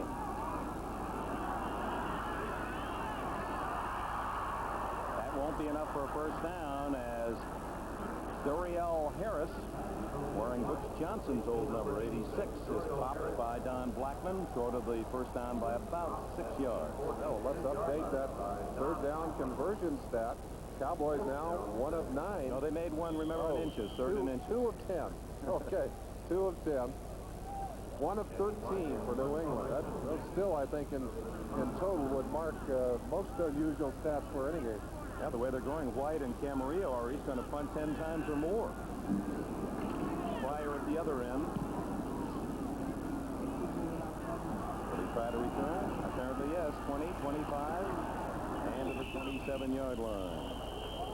Steve Diossi, father of twins, made the tackle. Rookie. Penalty flag down. Got a holding call against the New England Patriots that will mark it back. Pryor, absolutely a fearless catcher of punts back there. Almost frightening the way he is willing to come up like that. Part of that, I'm sure, is his youth.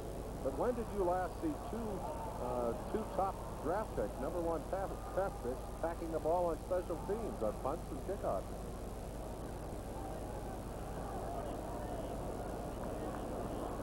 Now the holding call while the ball was in the air, so Dallas does not benefit with the first down. McSwain, number 23, the man they called. And Dick Jorgensen, our referee, has called time with 8 minutes and 25 seconds remaining in the third quarter.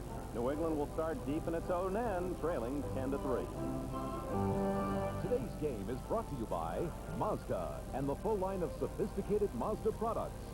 By Zenith VHS video recorders, the Smart Decks, the video recorders that have everything. And by Sears, where you'll find great values. There's more for your life at Sears.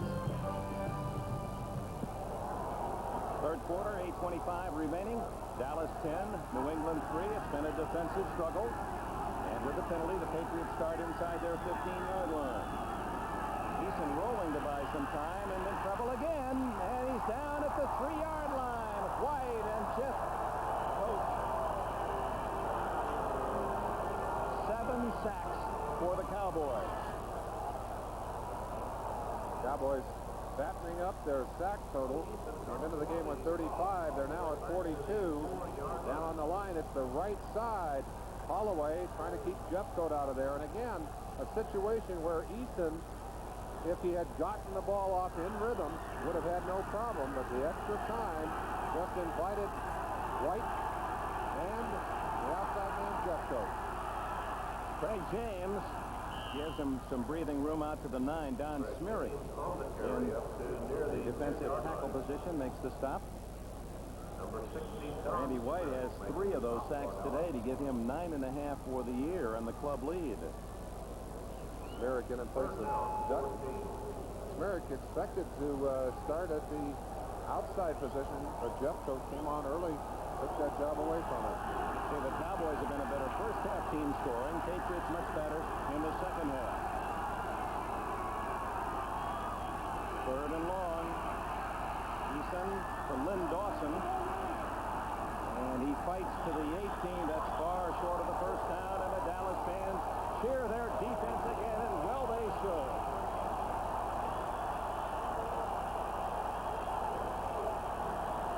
Even though that play did not pick up the first down, watch the protection develop. We talk about a cup of protection for the quarterback.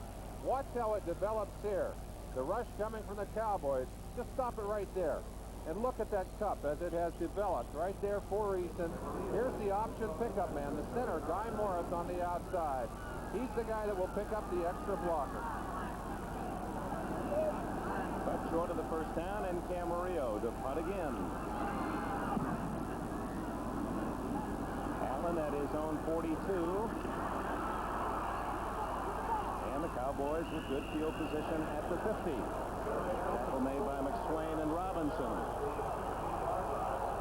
Paul Dombrowski is the star of the special teams for New England. Let's track his movement on that last kick. Well, there are 2 friends out there to meet him again, Everson Walls and Scott. And boy, I'll tell you, that's just a battle with those 2. Dombrowski says, leave me alone, guys. I got a job to do. And do it, he does. He gets down there. Whoa, hey. Pass interception for a touchdown, the only touchdown of this game. A couple of short field goals in the first half, and that's been it. 10-3, and Dallas takes over with that nose of the football tickling the 50-yard line.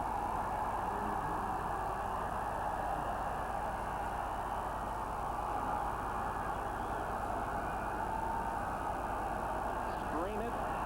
Dorsett has 5, 10. He gains 11 and a first down. Let's take a peek back a few moments ago, we talk about line stunts, and let's look quickly at what the Cowboys are doing. Randy White over the center will try and take the center away. In this situation, Smirek will drive to the outside to make room for Too Tall Jones to try and get after the quarterback. Let the play develop now, and you see that Smirek will try and grab Wooten, the guard. Wooten had no part of it, stayed inside, able to shut the play off. Cowboys trying to move at least into field goal range. A field goal could play very big the way these teams have struggled to score today. 10-3 Dallas. A little misdirection, and then White off play action, firing wide open. Cosby to the 19.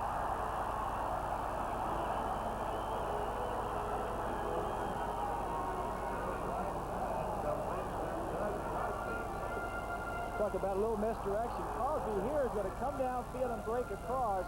The guard's going to pull. The quarterback will roll this way. We call a little misdirection. Fouling up. Two guards pull to the right. The other guard pulls to the left. Personal protector. This is a little problem for the linebackers when they see the two guards pull to the right. They think the play's going that way. Good call by Dallas. Cosby's first catch today is worth 21 yards, and Dallas is deep at the 19. Dorsett, hit off his feet on a solid pop by Don Blackman, number 55. White looking for 6. Tony Hill couldn't get there, and Danny White at the other end took quite a shot from Julius Adams, the veteran defensive end. You mentioned that he's the oldest active defensive lineman in the league. I got talking to him yesterday, and I said, Julius, I hear you've been dyeing your hair. He really got upset. He said, who told you that? Watch him here. He certainly doesn't show his age as he just barrels right over the top of Danny White. Adams, who's from Macon, Georgia, the same high school. Boy, what a high school history. Blue Moon Odom, the great Hall of Famer Jim Parker, Tommy Hart, the former 49er star, all went to the same high school. Julius Adams attended. 3rd and 11. Donnelly struggling to the 8-yard line. That might be enough for a 1st and goal. It is.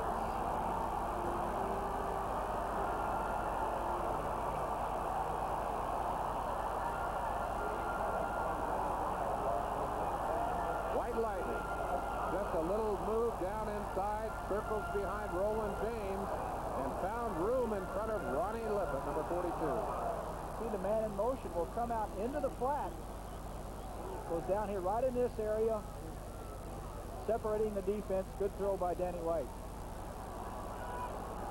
They needed 11. They get 12. It's 1st and goal at the 8-yard line. 3:20 left in the 3rd quarter. Newsome fumbles out of bounds. The Cowboys get a break as Newsome jarred by Don Blackman, and is Blackman having a big game? Dick, what success the Cowboys have had, and they have moved the ball well in this drive, has come by the air route. Only 2 first downs by rushing in this ball game. Most of their success throwing the football. Boy, looks so deceiving, aren't they? He looks so gentle and nice in the way he's cracking people and forcing that ball loose. A minus yard on that last play for Blackman. 6'3" and 235 from Tulsa. 2nd and goal at the 9.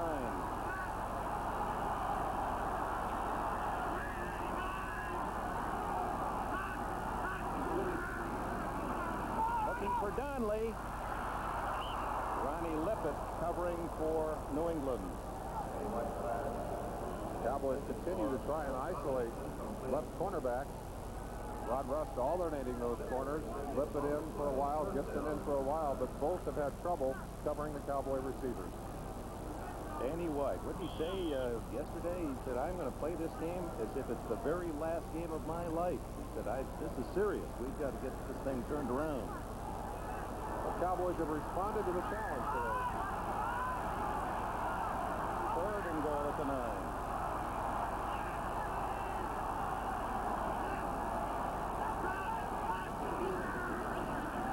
Looking for 6.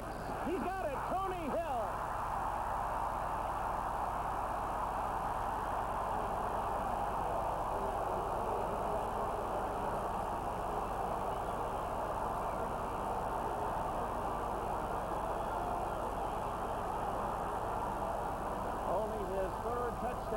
here. Tony Hill on a perfect strike from Danny White.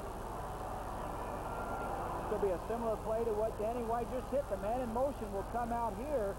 Hill just goes up and breaks to the inside. Touchdown inside. Good release, gets inside of the defensive back. 6 points. Fifth catch for Tony Hill. 101 yards for the top yardage maker for Dallas today. And Septien adds the extra point. Let's go back and look at Tony Hill. Now, the first job he has to do is to get away from the brush on the line. Lippett is trying to keep him outside. Hill did a good job of giving him a little fake and breaking hard to the inside to make that play possible. A little double move. Outstanding play by Hill. Best coverage on that play by our cameraman. Tony Hill, who's been the top yardage man receiving the last 6 seasons for Dallas, has 101 yards today and a touchdown. It's 17-3, and the pressure now on New England with 3:03 left in the third quarter. Good kick by Septien. Collins at the goal line. Tony Collins. Look out. So the fumbles the ball, and New England is able to cover Tim Golden, it appeared, 59 at the 28-yard line. Oh, New England dangerously close to giving it right back to the Cowboys. New England has 14 points to make up. First 8 games under Ron Meyer. Patriots averaged 21 a game. Raymond Berry 34 a game, but only 3 through almost 3 quarters today. And the Dallas defense, without question, has really confused young Tony Eason. He's not had a good day. But there's time. Dumps it off to Craig James. And James has good yardage out to about the 44. A first down before Hegman can catch him. Tony Eason's pass complete to number 32. In case you joined us late, 2 minutes into the game, Michael Downs intercepted Eason, 27 yards, a touchdown, 7-0 Dallas. New England got a short field goal, 29 yards from Tony Franklin, and Raphael Septien came back to answer that for the Dallas Cowboys in the second quarter to make it 10-3 at the half. Only score of this third period, the 9-yard touchdown strike from Danny White to Tony Hill. 16 yards on that pass from Eason to James. First down at the 44.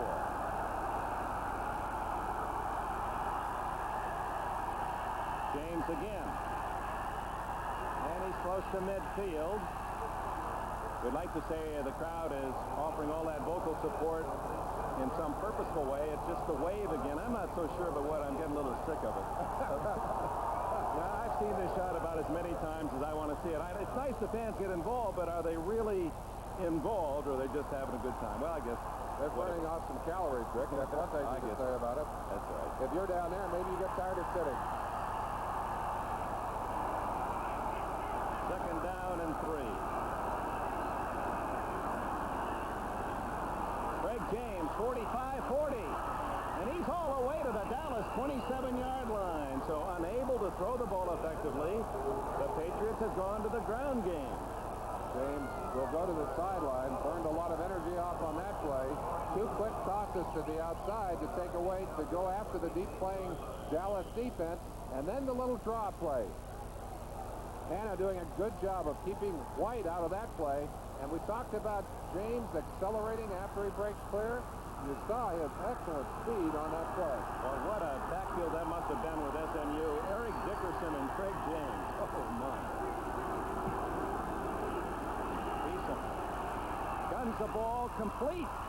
Derek Ramsey.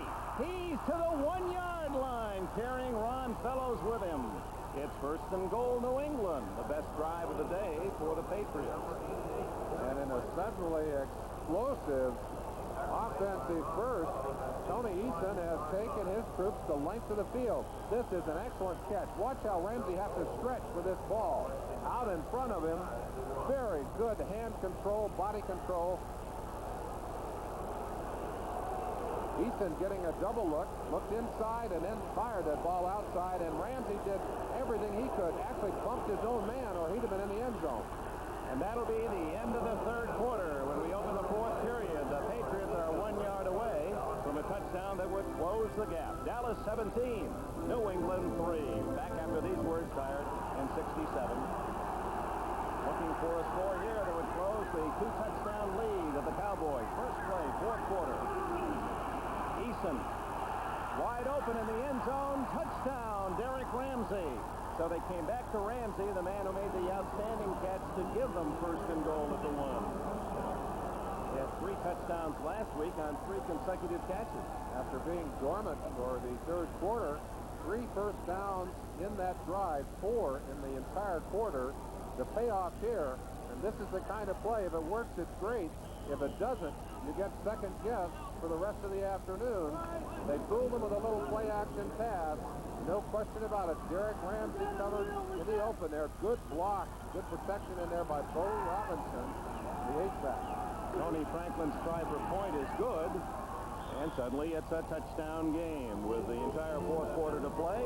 Impressive drive. Eason to Ramsey for the payoff. 17-10 Dallas.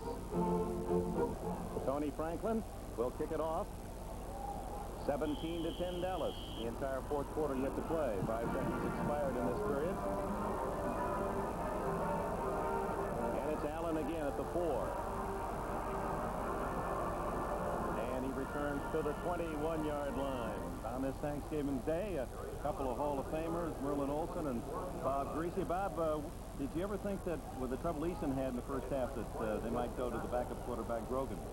I don't think so. I think that decision has been made. The fact that he's played so well the last several weeks. I think if you took him out of the ball game now, he would lose some confidence. And I think he's the man for him, and he's going to be in there win or lose. Done a good job in that last drive. Good job. I wish you guys had told me you were going to wear your red sweaters. I got dressed up today. What are you promoting? The Citrus Bowl here? I mean, the yellow. All right, here we go. The Cowboys 17-10. And now pressure on Danny White for a drive. And he goes to Hill, the touchdown man. About 4 yards on that play to the 25 before Steve Nelson from North Dakota State and Ernest Gibson of Furman can team up on the tackle. The statistics through 3 quarters now. The Cowboys a plus 54 in total yards. Possession time for almost 4 minutes more for the Patriots. Only 34 yards rushing for Dallas. Patriots have done a nice job of shutting their running game off, and they are beginning to boost their rushing yardage in that quarter. Secret to that long drive by New England, there were no third downs in the drive. They just exploded. Eason was 4 for 4 and 50 yards. 2nd and 6. Dorsett, and he doesn't get much except the arms of Steve Nelson. And I suppose with that rebuilt offensive line of Dallas, it's hurting their running game more than the passing game. Well, you destroy the timing of both the running and the pass protection. But no question, it's difficult enough to play a position you're used to playing, let alone to be asked to play one that you have not played in a period of time. And, another one of those offensive linemen, Glenn Titensur, gets up limping. Now, you've got to be wondering right now, if you're a Dallas Cowboy, Dal Ottman, he's probably over there shaking his head. I don't know if he wants to go in there. He hasn't had much training in that offensive line. 3rd and 4, and you see Rafferty, the center, reaching back to ask White a question.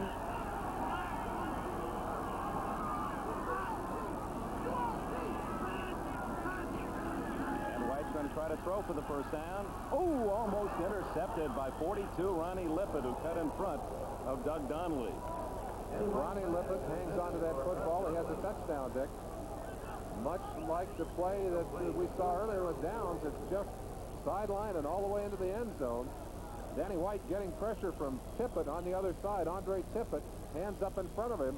That's not a good throw. Also, Larry. Don Blackman. So White will punt. Cowboys used only a little over a minute while they had the football. Moving Pryor.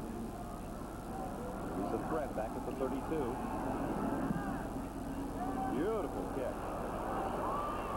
Pryor at the 32. Running the wrong way.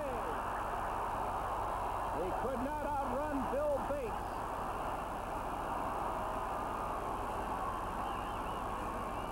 Well, there's some risk back there. If you've got the speed to take that punt back, occasionally right there. A minus 11 yards, a minus 13 on the return. And on the Thanksgiving menu, Dallas and New England. It's 17-10 Cowboys. New England with the ball at its 19. Young Tony Eason at the control.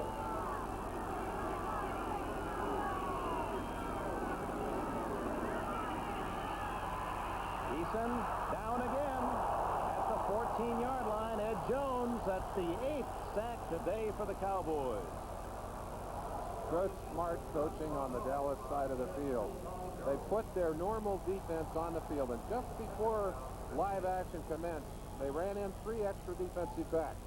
7 defensive backs on the field. Eason broke the huddle, and instead of facing the normal 4-3 defense, he was looking at 7 defensive backs. That is as many times a Patriot quarterback has been sacked in their history. 8. See, there's Tim Jones, former number 1 kicks. Craig James right into the arms of too tall. James not real happy about it either.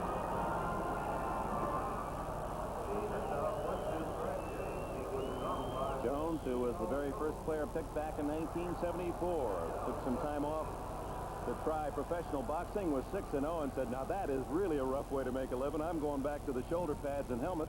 And since then has been a much better player and an all-pro the last 3 years. Well, actually claimed that discipline and the work with his hands and his feet helped him as a football player. 1 for 14 in third downs, and this won't be an easy shot. 3rd and 13. In trouble is Eason. Just does stay on his feet. And down he goes again. That will be another sack and a record sacks allowed by New England. Bill Bates, as he had a game. I think Eason actually believed that he had gone down. I saw him look back at the official as if he had heard a whistle, and by the time he got his head back around, Bill Bates was right up in his face. But I think Eason thought he had been sacked already.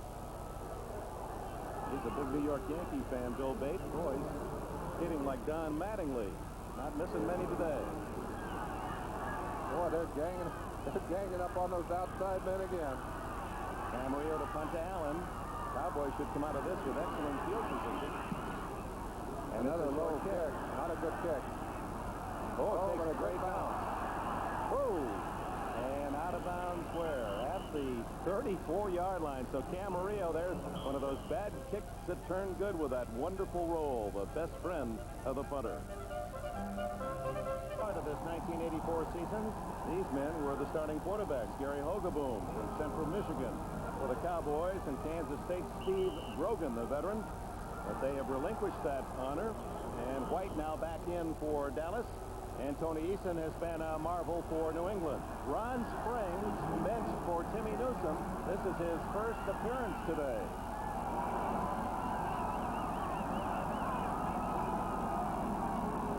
Play action. Great protection. Oh, there's a case where White may have thrown it purposely tall because there were a lot of anxious red jerseys going after it. Like about 5 New England Patriots right around Doug Cosby. 77, Kenny Sims putting a little pressure on White on that last play. Luther Henson now playing on the nose. Looks like Luther does not look like your ordinary nose tackle, Dick. 6 feet tall, 275. 2nd and 10 for Landry's Cowboys.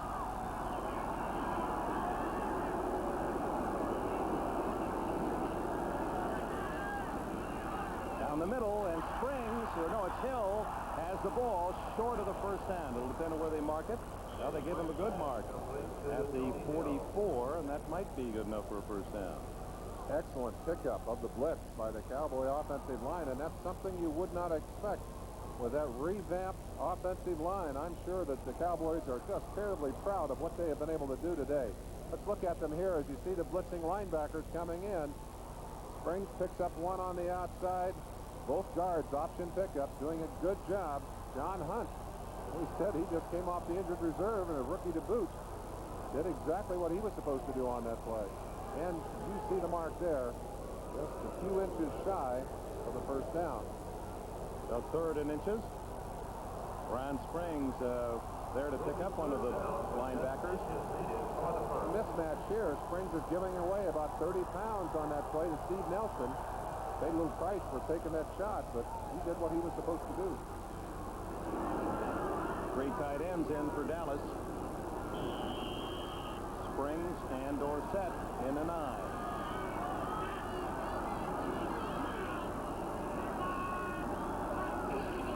And it's Dorsett. He doesn't make it. Shooting through was Larry McGrew. McGrew from Southern California, Rose Bowl starter, beat Michigan and Ohio State 2 games at the Granddaddy. Good size. We have had a lot of crucial third down plays, short yardage plays stopped today. New England unable to pick up short yardage plays early in the first half. And right here, a brilliant play by the linebackers who have been playing well all day. Ernie Stotner gets things diagrammed over on his sideline. Up with the defensive back to check things out with him. All right, going to run it. It's going to be close. It'll depend where they spot. I think he made it. Now, White is the best in the business at that. Ed Reynolds made the tackle, but White appeared with that final lurch forward to get the first down. Very interesting call by a punter quarterback with a bad shoulder. Shows you how bad he wants to win. And they're going to measure it. I think you're right, Dick. I think he's got it. With that mark, we're going to hear a roar from the Cowboy fans. And Landry gives him the green light. He lets Danny make that decision, and he usually makes it right.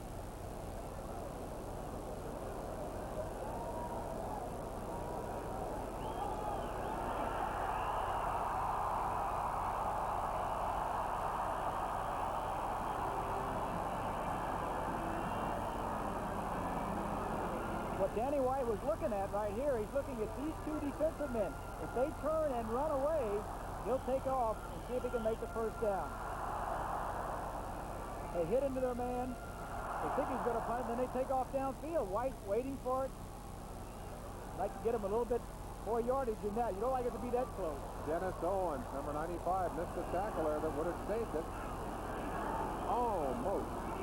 Now, Ed Reynolds is the man who finally made the hit. Dorsett. And he's in New England territory after a 7-yard run. You know, White has tried that 19 times in his career and made good on 15, so it's been a great weapon through the years. And the clock running, 9:34 instead of New England getting the ball on that 4th down. White has kept it in possession of the Cowboys. Well, it evens out the turnovers on the kicking game. Cowboys earlier offsides on a punt, turned the ball back over to New England.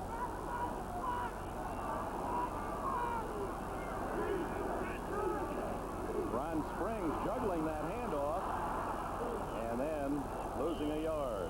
Steve Nelson, Toby Williams there to greet him. Nelson, college senior at North Dakota State, was married. He had a 1-day honeymoon, and he spent that 1 day going to the Minnesota Vikings practice in Mankato, Minnesota. His wife knew in a hurry that she was really married to football.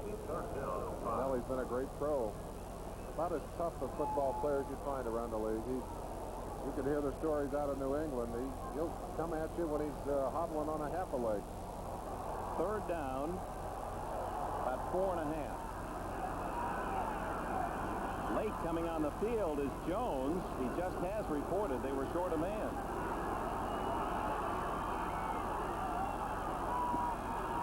Going deep. And almost intercepted by Fred Marion. Marion, I think, was hampered by his own teammates. That's 2 that he's almost had today. So Dallas will be in punt formation. We won't say they're going to kick, but they'll be in punt formation. Queuing up on that corner over there, and Marion giving some deep help to Ernest Gibson, the left cornerback.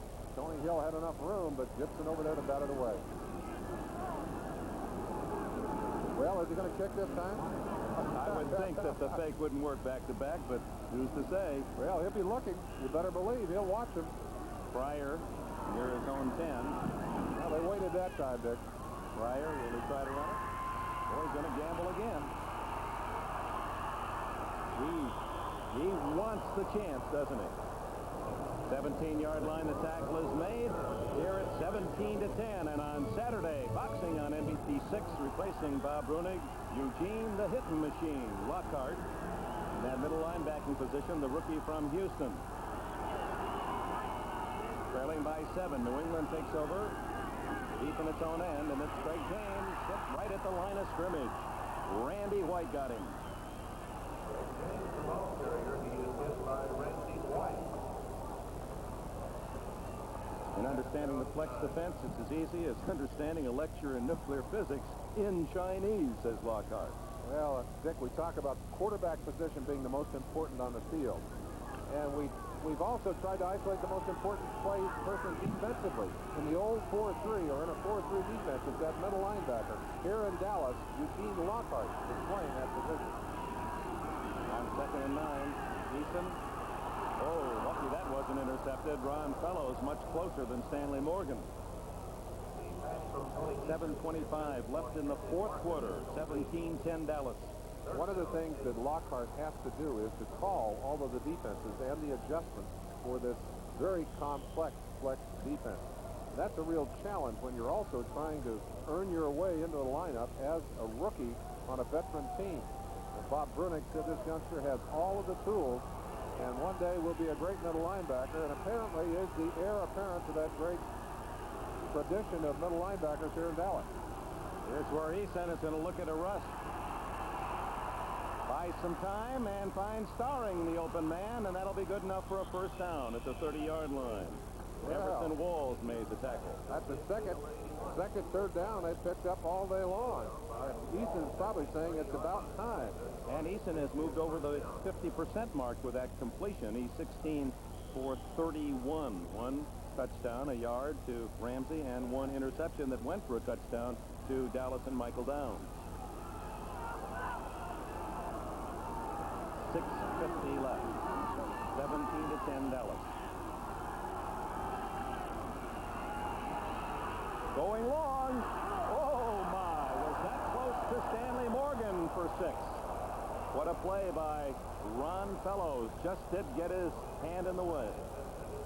Ron Fellows outclassed in the speed department. Probably gives up a few tenths of a second, maybe even a little more than that.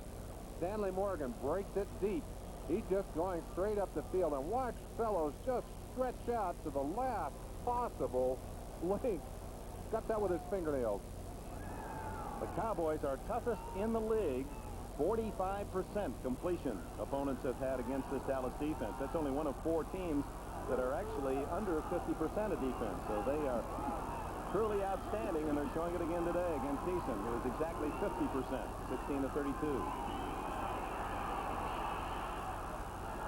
And a flag down. That'll be against number 22, Victor Scott.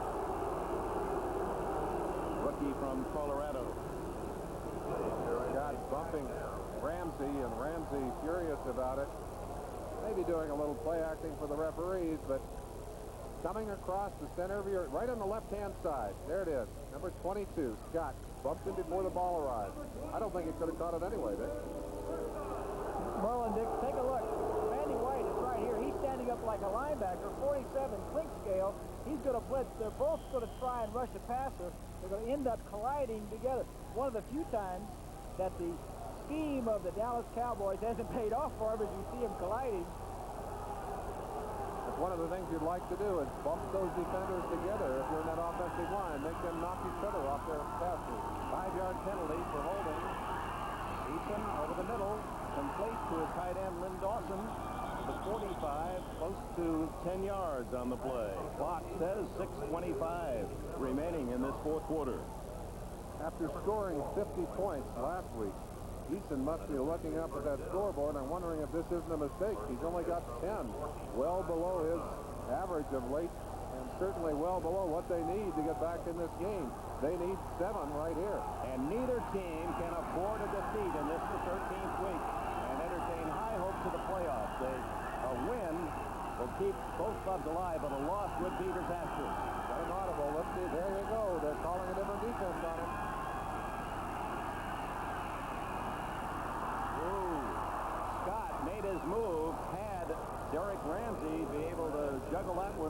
into his grasp. He had a lot of room on the far quarterback at McNeese State, so they got some people who are catching the football that really their background was throwing it. Here they come, a full house, and he gets it off neatly to Clarence Weathers. Weathers from Delaware State. He went there 1 year, brother of Robert Weathers, dropped out of school, and the Patriots, because of the brother act, able to pick him up. Here's what Easton has been looking at all day. These two men will come right up the middle and blitz. This time the receiver sees it, will break his pattern to the inside. If they can ever get this ball where he hits it right on stride and keeps going with it, they got a touch. But the defensive back sees it. The defensive backs, the corners know that's coming. They come up and make the tackle. Good read by Easton and good read by the receiver, Bob. Third down, and it's a very short 4, close to the 3. Play action. Easton. He's going to eat it again.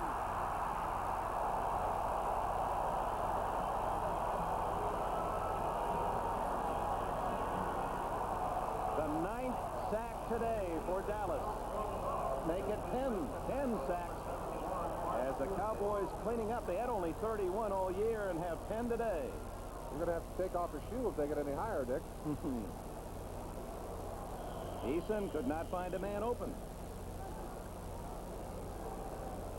It appeared that Easton had a chance there to run for the first down and perhaps should have. Has excellent acceleration.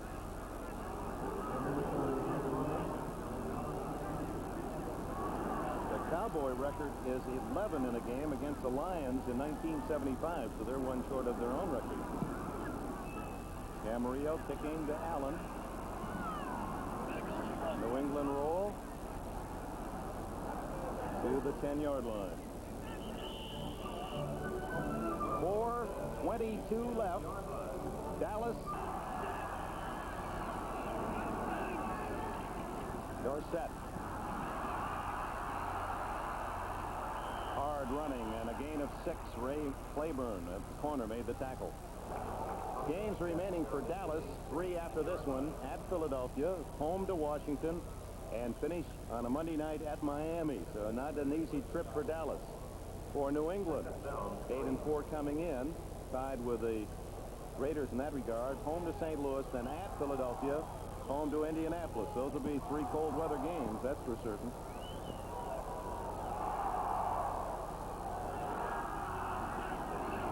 On 2nd and 4, Newsom.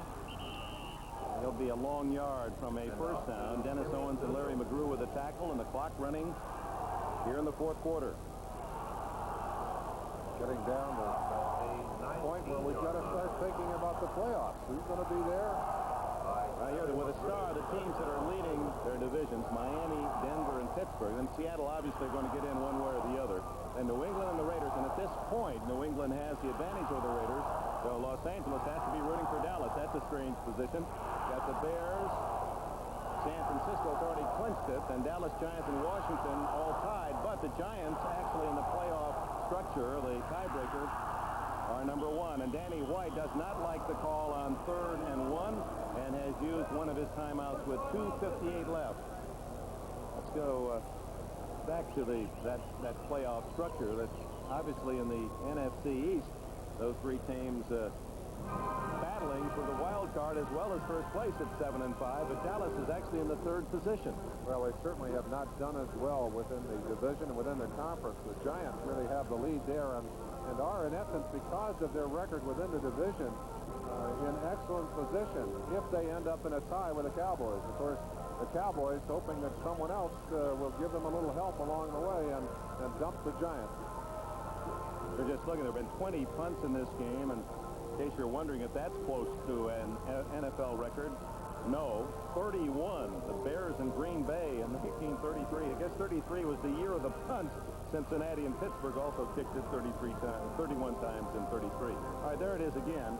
49ers, Chicago, and then you got the Rams, who are, in this case, rooting for New England today because they're battling for that wild card spot. St. Louis still not eliminated.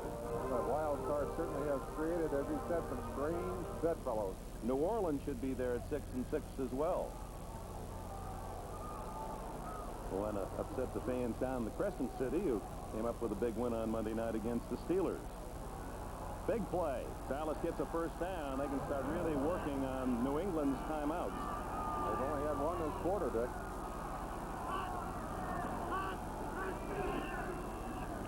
And White. Incomplete. Intended for Fred Cornwell, the rookie from Southern California. Of course, the incomplete pass stops the clock, and New England will have 2:53. And there are 3 timeouts left. We have given out some plaudits to that reconstructed offensive line. Herb Scott is playing over there at the left tackle position, number 68, and playing on a gimpy leg. You see him right here on Toby Williams, number 90. Let's give him a little look here. He does a good job of pushing his man outside. He gets there, but he gets there late. And I think perhaps the most impressive thing to me about Dallas today is the way that offensive line has played after all of their problems with injuries. Danny White. Very high and toward the near sideline. Fryer comes up to the 44, breaks one tackle and another before he falls into Dallas territory at the 49. You have to love the spirit of Fryer. He certainly doesn't mind the contact. A 32-yard punt, a 7-yard return, and Tony Eason will start in Dallas territory. Let's see, is there a flag now? And some confusion down there. Holding against New England, that will hurt the Patriots. Well, that'll march him back 10, but and the note goes down on Coach Berry's pad. I wonder what he wrote down. That was maybe someone's name for a little conversation later on. So instead of having the ball at the 49, number 59, receiving team, while the ball's in the air. Tim Golden. First down. So instead of the ball at the 49, New England will start at its 35. 2 minutes and 42 seconds remaining. As you might expect, Dallas in the ball game with 7 defensive backs, and they'll be trying to stay deep, try and force Eason to work his way down the field. This might be the last time that Eason has the football, and he's a long ways away from that Dallas goal line.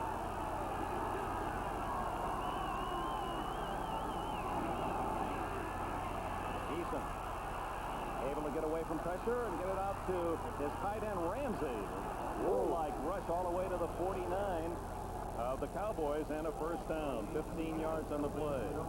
Dexter Clinkscale is no easy man, and he's up there bouncing along behind like a tin can. Ramsey running with real power on that play. Jones coming in from the outside, pushed away on that play. But watch how Ramsey will run with Clinkscale hanging on behind. That's a 9-yard carry for Clinkscale. You need a fair for that. 2:34 left, fourth quarter. New England trying to tie it up. Not that way. Closest man to the ball was Craig Hawthorne, former Steeler #1 pick out of Baylor. Hard to tell exactly what Eason was doing on that play. Hawthorne looked to be open.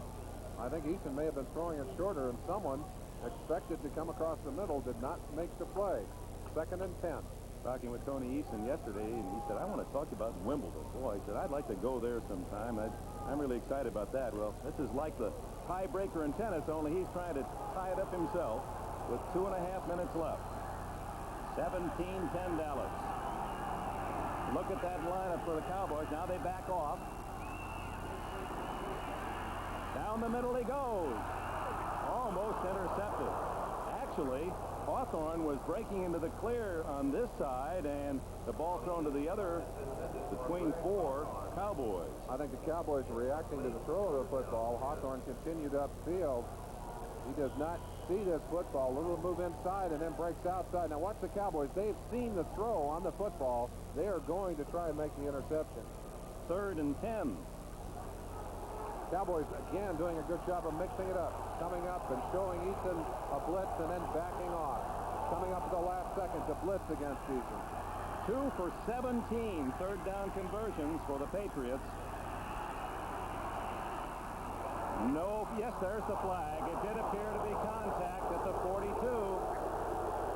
Cedric Jones and Victor Scott is nailed for the 2nd time.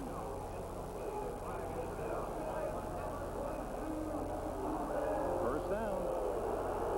Good run by Jones. You see it here. No question about it. Cedric arrived too early on that play.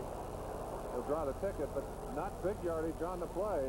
Will be a first down inside the 45-yard line. Boy, Larry Cirillo, our producer, and Ted Nathanson, our director, they get the drumstick. They haven't missed a thing. Cameraman right on that one. First down at the 44 with 2:20 left. Dallas leads by 7. Here they come.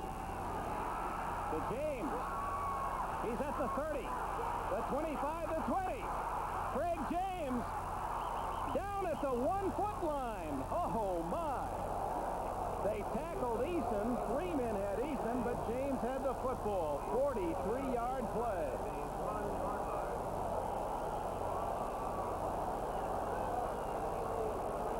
They've been getting Eason all day. This time, Eason's going to get a part of them. Downs and Bates.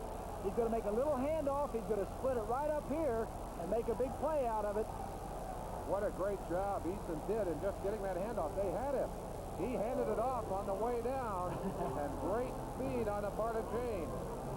Greg James, the ex-pony on the gallop. We're about to experience another of those fantastic. Michael Downs right here. Watch him in action. He'll come blitzing in. He has Eason, but Eason has the football in the arms of Craig James.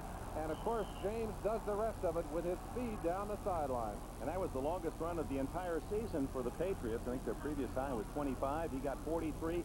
Just narrowly missed the end zone. The ball is less than a foot away from that final strike. But they still have to get it inside of that end zone. And they've had trouble on short yardage the whole game. But they have 4 shots at it as the Cowboys dig in. They threw the last time they were close like this, Dick.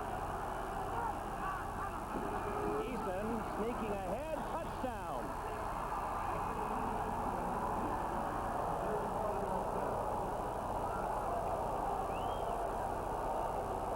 Aided by a critical pass interference call.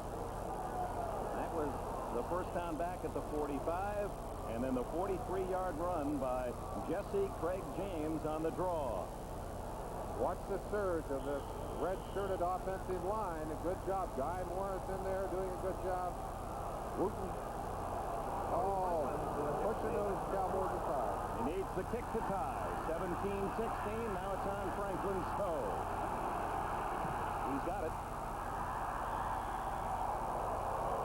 And with 1 minute 58 seconds left, the Dallas Cowboys are going to have to show that they can rally to win it. It's 17-all. As the New England Patriots, with 2 touchdowns in this fourth quarter, one an Eason to Ramsey 1-yard pass and an Eason sneak, culminating a 65-yard drive in 5 plays. They have been a comeback team throughout this season. They proved that they can do it again here against the Cowboy defense that had been shutting them out with regularity in the first half. Young Tony Eason has to feel much better right now, Dick. Well, who do you like, Merlin, the new Bronx Bomber or the Heat in the kitchen? I know you follow the boxing closely, and of course we have a big one coming up on Saturday, Sports World, the new Bronx football. Basketball's coming too. That's the next weekend. Tom Landry, Danny White. Let's call in Bob Greasy. What do you think they're chatting about, Robert? Well, we're going to have to get Bob's mic open first. All right, here they come with the kickoff. And a good return. Brian Solomon, the Finn from the University of Montana. Bob? I think Dallas is one of the best screen teams in the National Football League, Dick, and also draws. So I think you're going to see some screens and draws to get them started and then throw the ball downfield. Plenty of time for the Cowboys. They did spend 1 timeout, you'll recall, when Danny White on 3rd and short yardage call time. But plenty of time for Dallas. Wouldn't surprise me to see one of their gimmicks, too. They're famous for doing some tricky plays in a situation like this. Out of the shotgun, White. He has Hill to the right, Donnelly left. But hands, to Dorsett. He gets a great bounce, and here he comes. Finally out of bounds at the 46-yard line. Ray Claiborne got him. Oh, what a bounce for the Cowboys. Tony Dorsett just literally ran over Andre Tippett, number 56. We've seen Tippett in action all day long. Watch Dorsett scoop it up. Tippett, well, I take it back. Was not Tippett. Was right there. It was Raymond Claiborne, number 26. but he just leveled him, knocked him right on the ground. Well, you talk about concentration. Dorsett's eyes riveted on that football, and it took his bounce, the kind of bounce he needed. That is not a penalty. They just had improperly marked the ball as the call was Dorsett stepped out of bounds at the 46. Ray Berry sees that clock stop 146, and he might have to think about getting the ball one more time himself. Well, if you're a Cowboy, you know you've got Raphael Septien over there. That's got to be a great deal of comfort.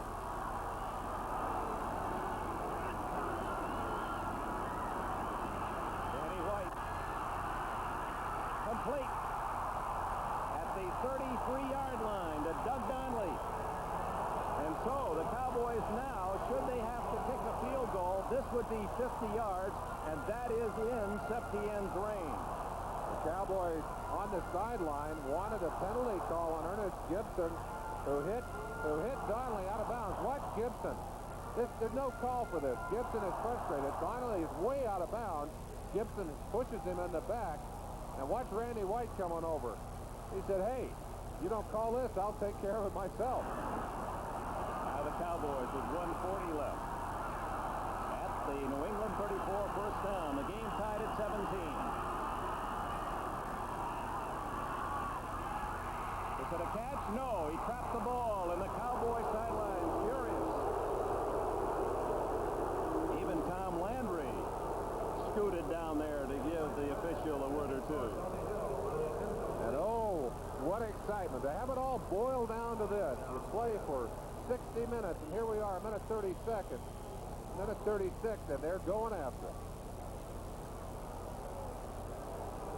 Can't quite tell from that. Yep, the ball was on the carpet. A good call, as most often it is. It's the fans and the coaches and players who see it with their hearts, and the officials have to watch with the eye.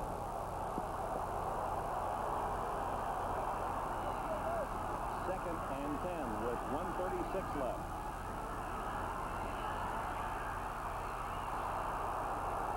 Tony Hill, no flag. Ernest Gibson, there certainly appeared to be some contact. Well, they just have continually gone after Gibson and Lippett on that left corner. Again and again and again, they go after your weakness until you can protect it. New England able to dodge that bullet, and it's 3rd and 10. Oh, and what a terrible down that has been for both teams today. Let's see if the Cowboys can break the jinx here. If not, if this pass is incomplete, assuming it is, it will be Septien for a 50-yard game-winning try. 1:31 left. They may go for a short pass just to get better yardage, Chris. They don't have to. They've got Hill for a first down, it appears. Marion and Gibson made the tackle, and Tony Hill has given the Cowboys a first down.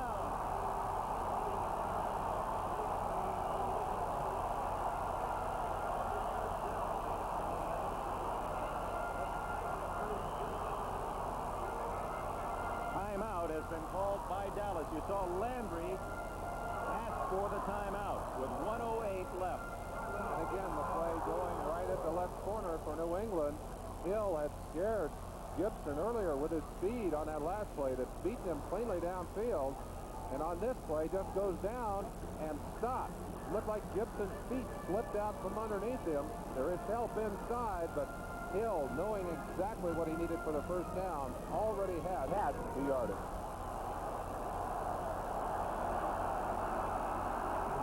Uriel Heron and Hill and Donnelly, 3 wide receivers. White out of the shotgun. Sometimes they run that little draw out of this. Ooh. Man was open. James had fallen down, but Donnelly could not handle the pass. I'm a little surprised at that call. Well, and the Dallas Cowboys have shown us the blitz all afternoon in this drive. New England blitzing repeatedly to try and repel the Cowboys. The Cowboys able to pick it up. And again, let's hand out some bouquets to that offensive line, a makeshift offensive line, and the backs who are doing a good job of picking up the blitz. Other game earlier today, the Lions doused the Packers' hopes as they defeated Green Bay 31-28. Here it's 17-all with 1:03 left, and Dallas trying to drive for the winning score.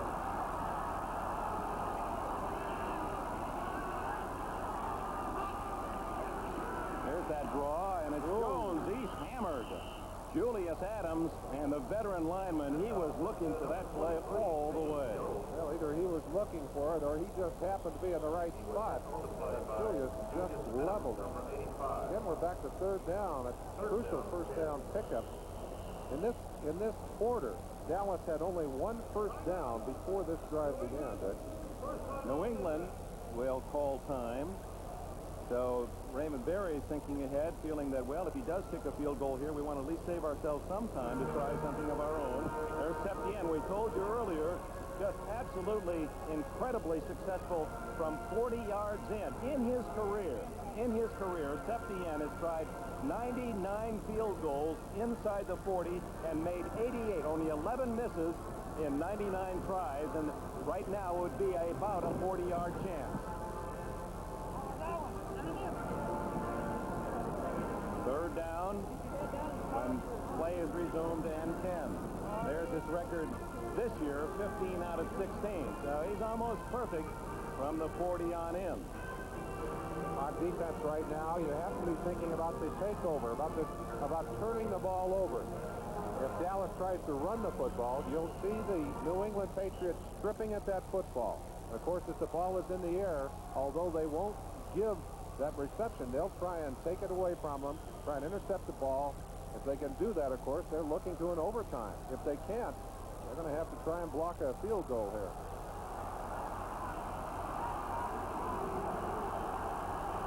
White out of the shotgun. Will he gamble with one more pass?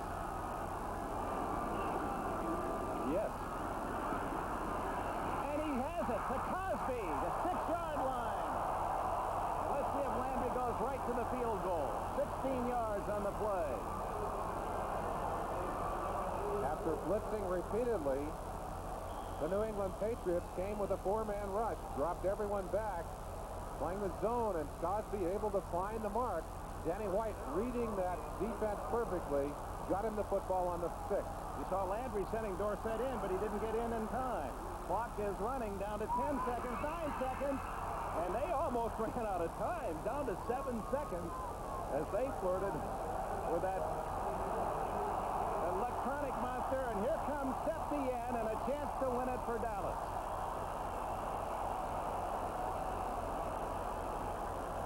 I don't think this requires any description at all.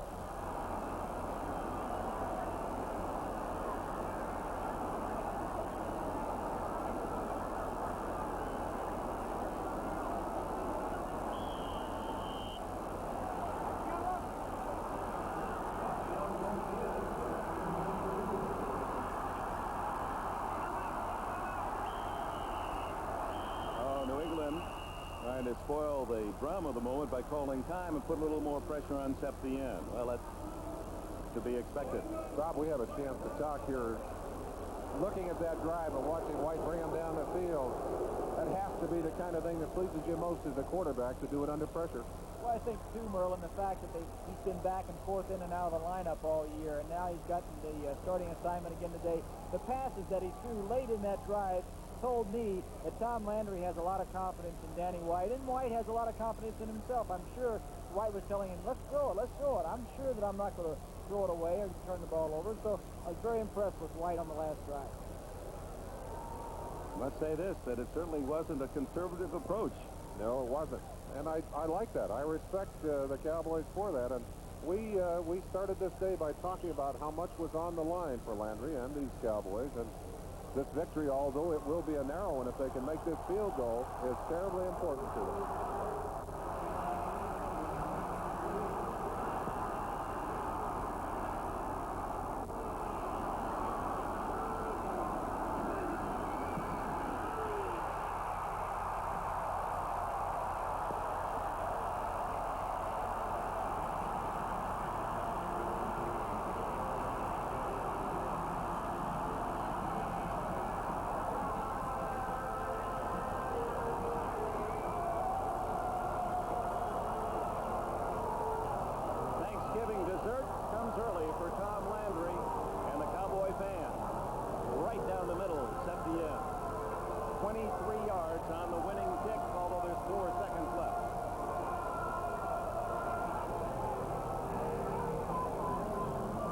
disappointment this must be for Raymond Berry and his New England Patriots, coming in with such great expectations, having played so well offensively, and coming back very well in the second half. 2 long drives for touchdowns, only to see the Cowboys take it almost the length of the field to go ahead by 3 points, and with 4 seconds left on the clock. I'm afraid this game is history, and it's one that the Cowboys will savor, I'm sure.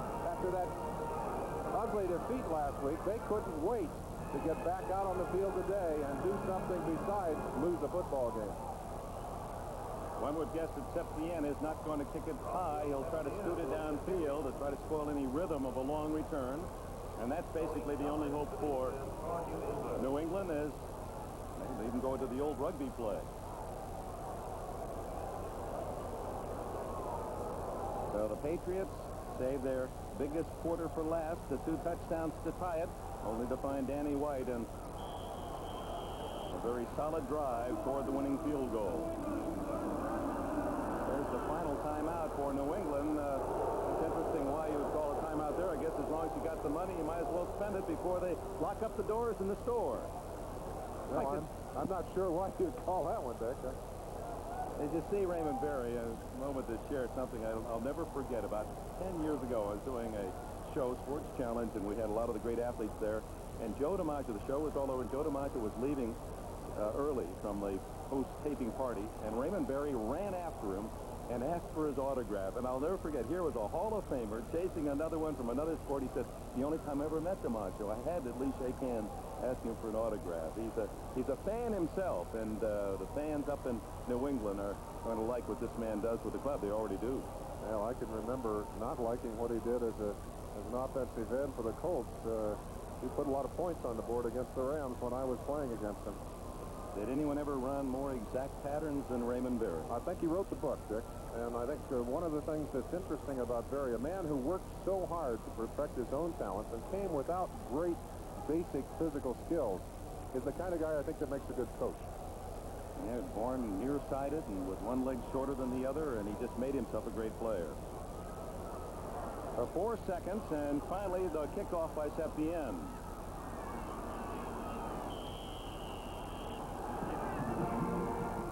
That's out of bounds. Yeah, I don't think they want to go home to dinner. Well, if you suffered through that one last week and had to stay on the field when you're losing, maybe those Cowboys want to stay out there a while and have a chance to feel this crowd being in their corner.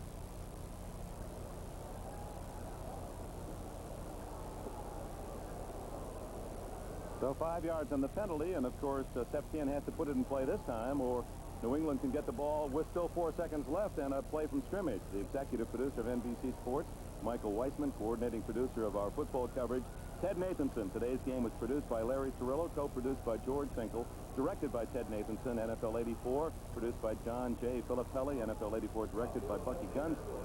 Bruce Berquist, Richard Sansevier. Our technical directors, John Libretto, Doug Grabert. Associate directors, associate producers, Jeff Himes, Tom Roy, Rick Kamen, Joe Costanza and company, Doug Adams, Joe Foresky, Jerry Cohen, Mitch Lewis. Thanks to all the men and women who brought you this Thanksgiving game.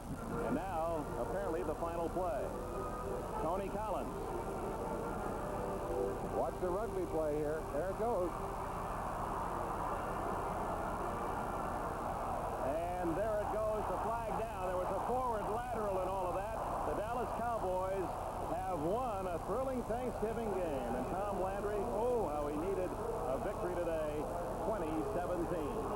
He's got to be terribly happy and terribly proud. And this man may be the happiest of all the Cowboy players on the field. Ray Berry, who coached under Tom Landry, are two of the greats of this game. For Bob Greasy and Merlin Olsen, this is Dick Enberg. Happy Thanksgiving, everyone, and so long from Texas.